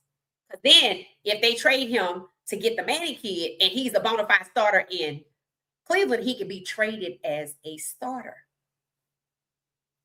Do they want to do that and prove the people wrong in the draft that took him off the board? It's possible because now, you know what the narrative is? I was going to save it for tomorrow, but let me just tell you today. The narrative is Shedeur fell in the draft because he didn't have an agent. I'm like, Cam Ward did not have an agent. But that's the narrative being pushed today. So we're trying to change the story from he's not good. So we can let him go out here and play and we can get this $600 million because we need money.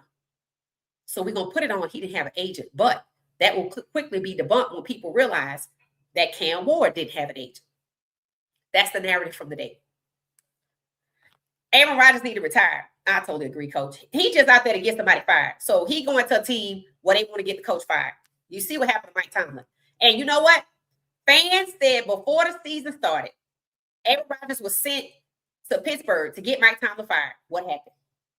And notice Mike Tomlin had a clause in his contract that the only way he can come back and coach is if the Pittsburgh Steelers approve. I'm like, oh, they already knew they was going to fire him. And that it would be up to them if he could come back, which is a no. Think the league has too much vested in 12 in Cleveland. We're going to see. We're going to see. Here's the thing. If you move Shedeur, even if there's a competition, say, in Minnesota, and let's say Kyler Murray with it, he know he can get injured, right? See, that's what they think about when they think about where to put Shedeur. Injuries.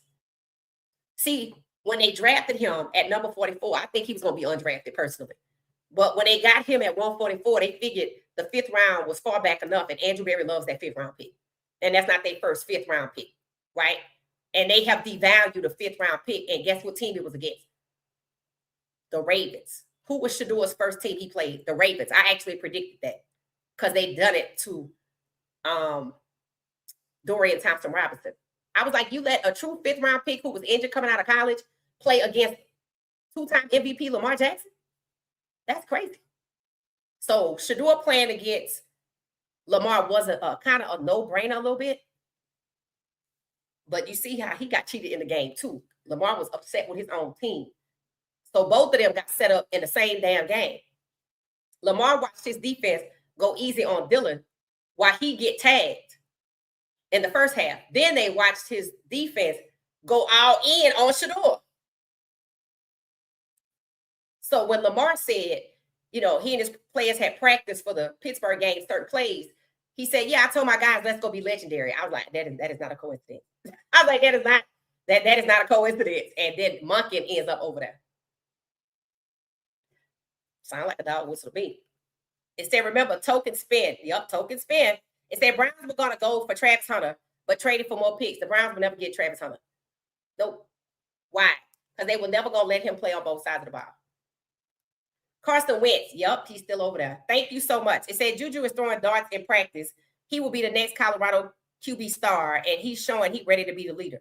Yup, and he probably going to be out of there. He say he ain't going nowhere. Juju say he ain't going nowhere. So I'm happy. I support Juju. That's the QB1. That's what it needs to be. Now that people know the skinny on the go-go offense is a combination of 3 other offenses. I already told you it was complex. It's high in predictability because it is so complex. Yeah, Juju need to be the starter because ain't no point in changing. And we shouldn't have changed the offense. I'm just leaving it at that. All right, we're going to get out of here. We'll be back tomorrow with more football talk at 10:35 p.m. Eastern Standard Time on the latest buzz. And I'll be back at some point during the day tomorrow. I have to find a good time slot for the sweet spot on basketball. So I'm just going to pop up on that one, but I'll be back tomorrow. Thanks for watching What She Says Sports. I appreciate y'all. Have a good night. Do not forget to hit the like button and subscribe. We'll see y'all later. Don't forget. Be sure to like, comment, and subscribe. Hype me up. Hype me up.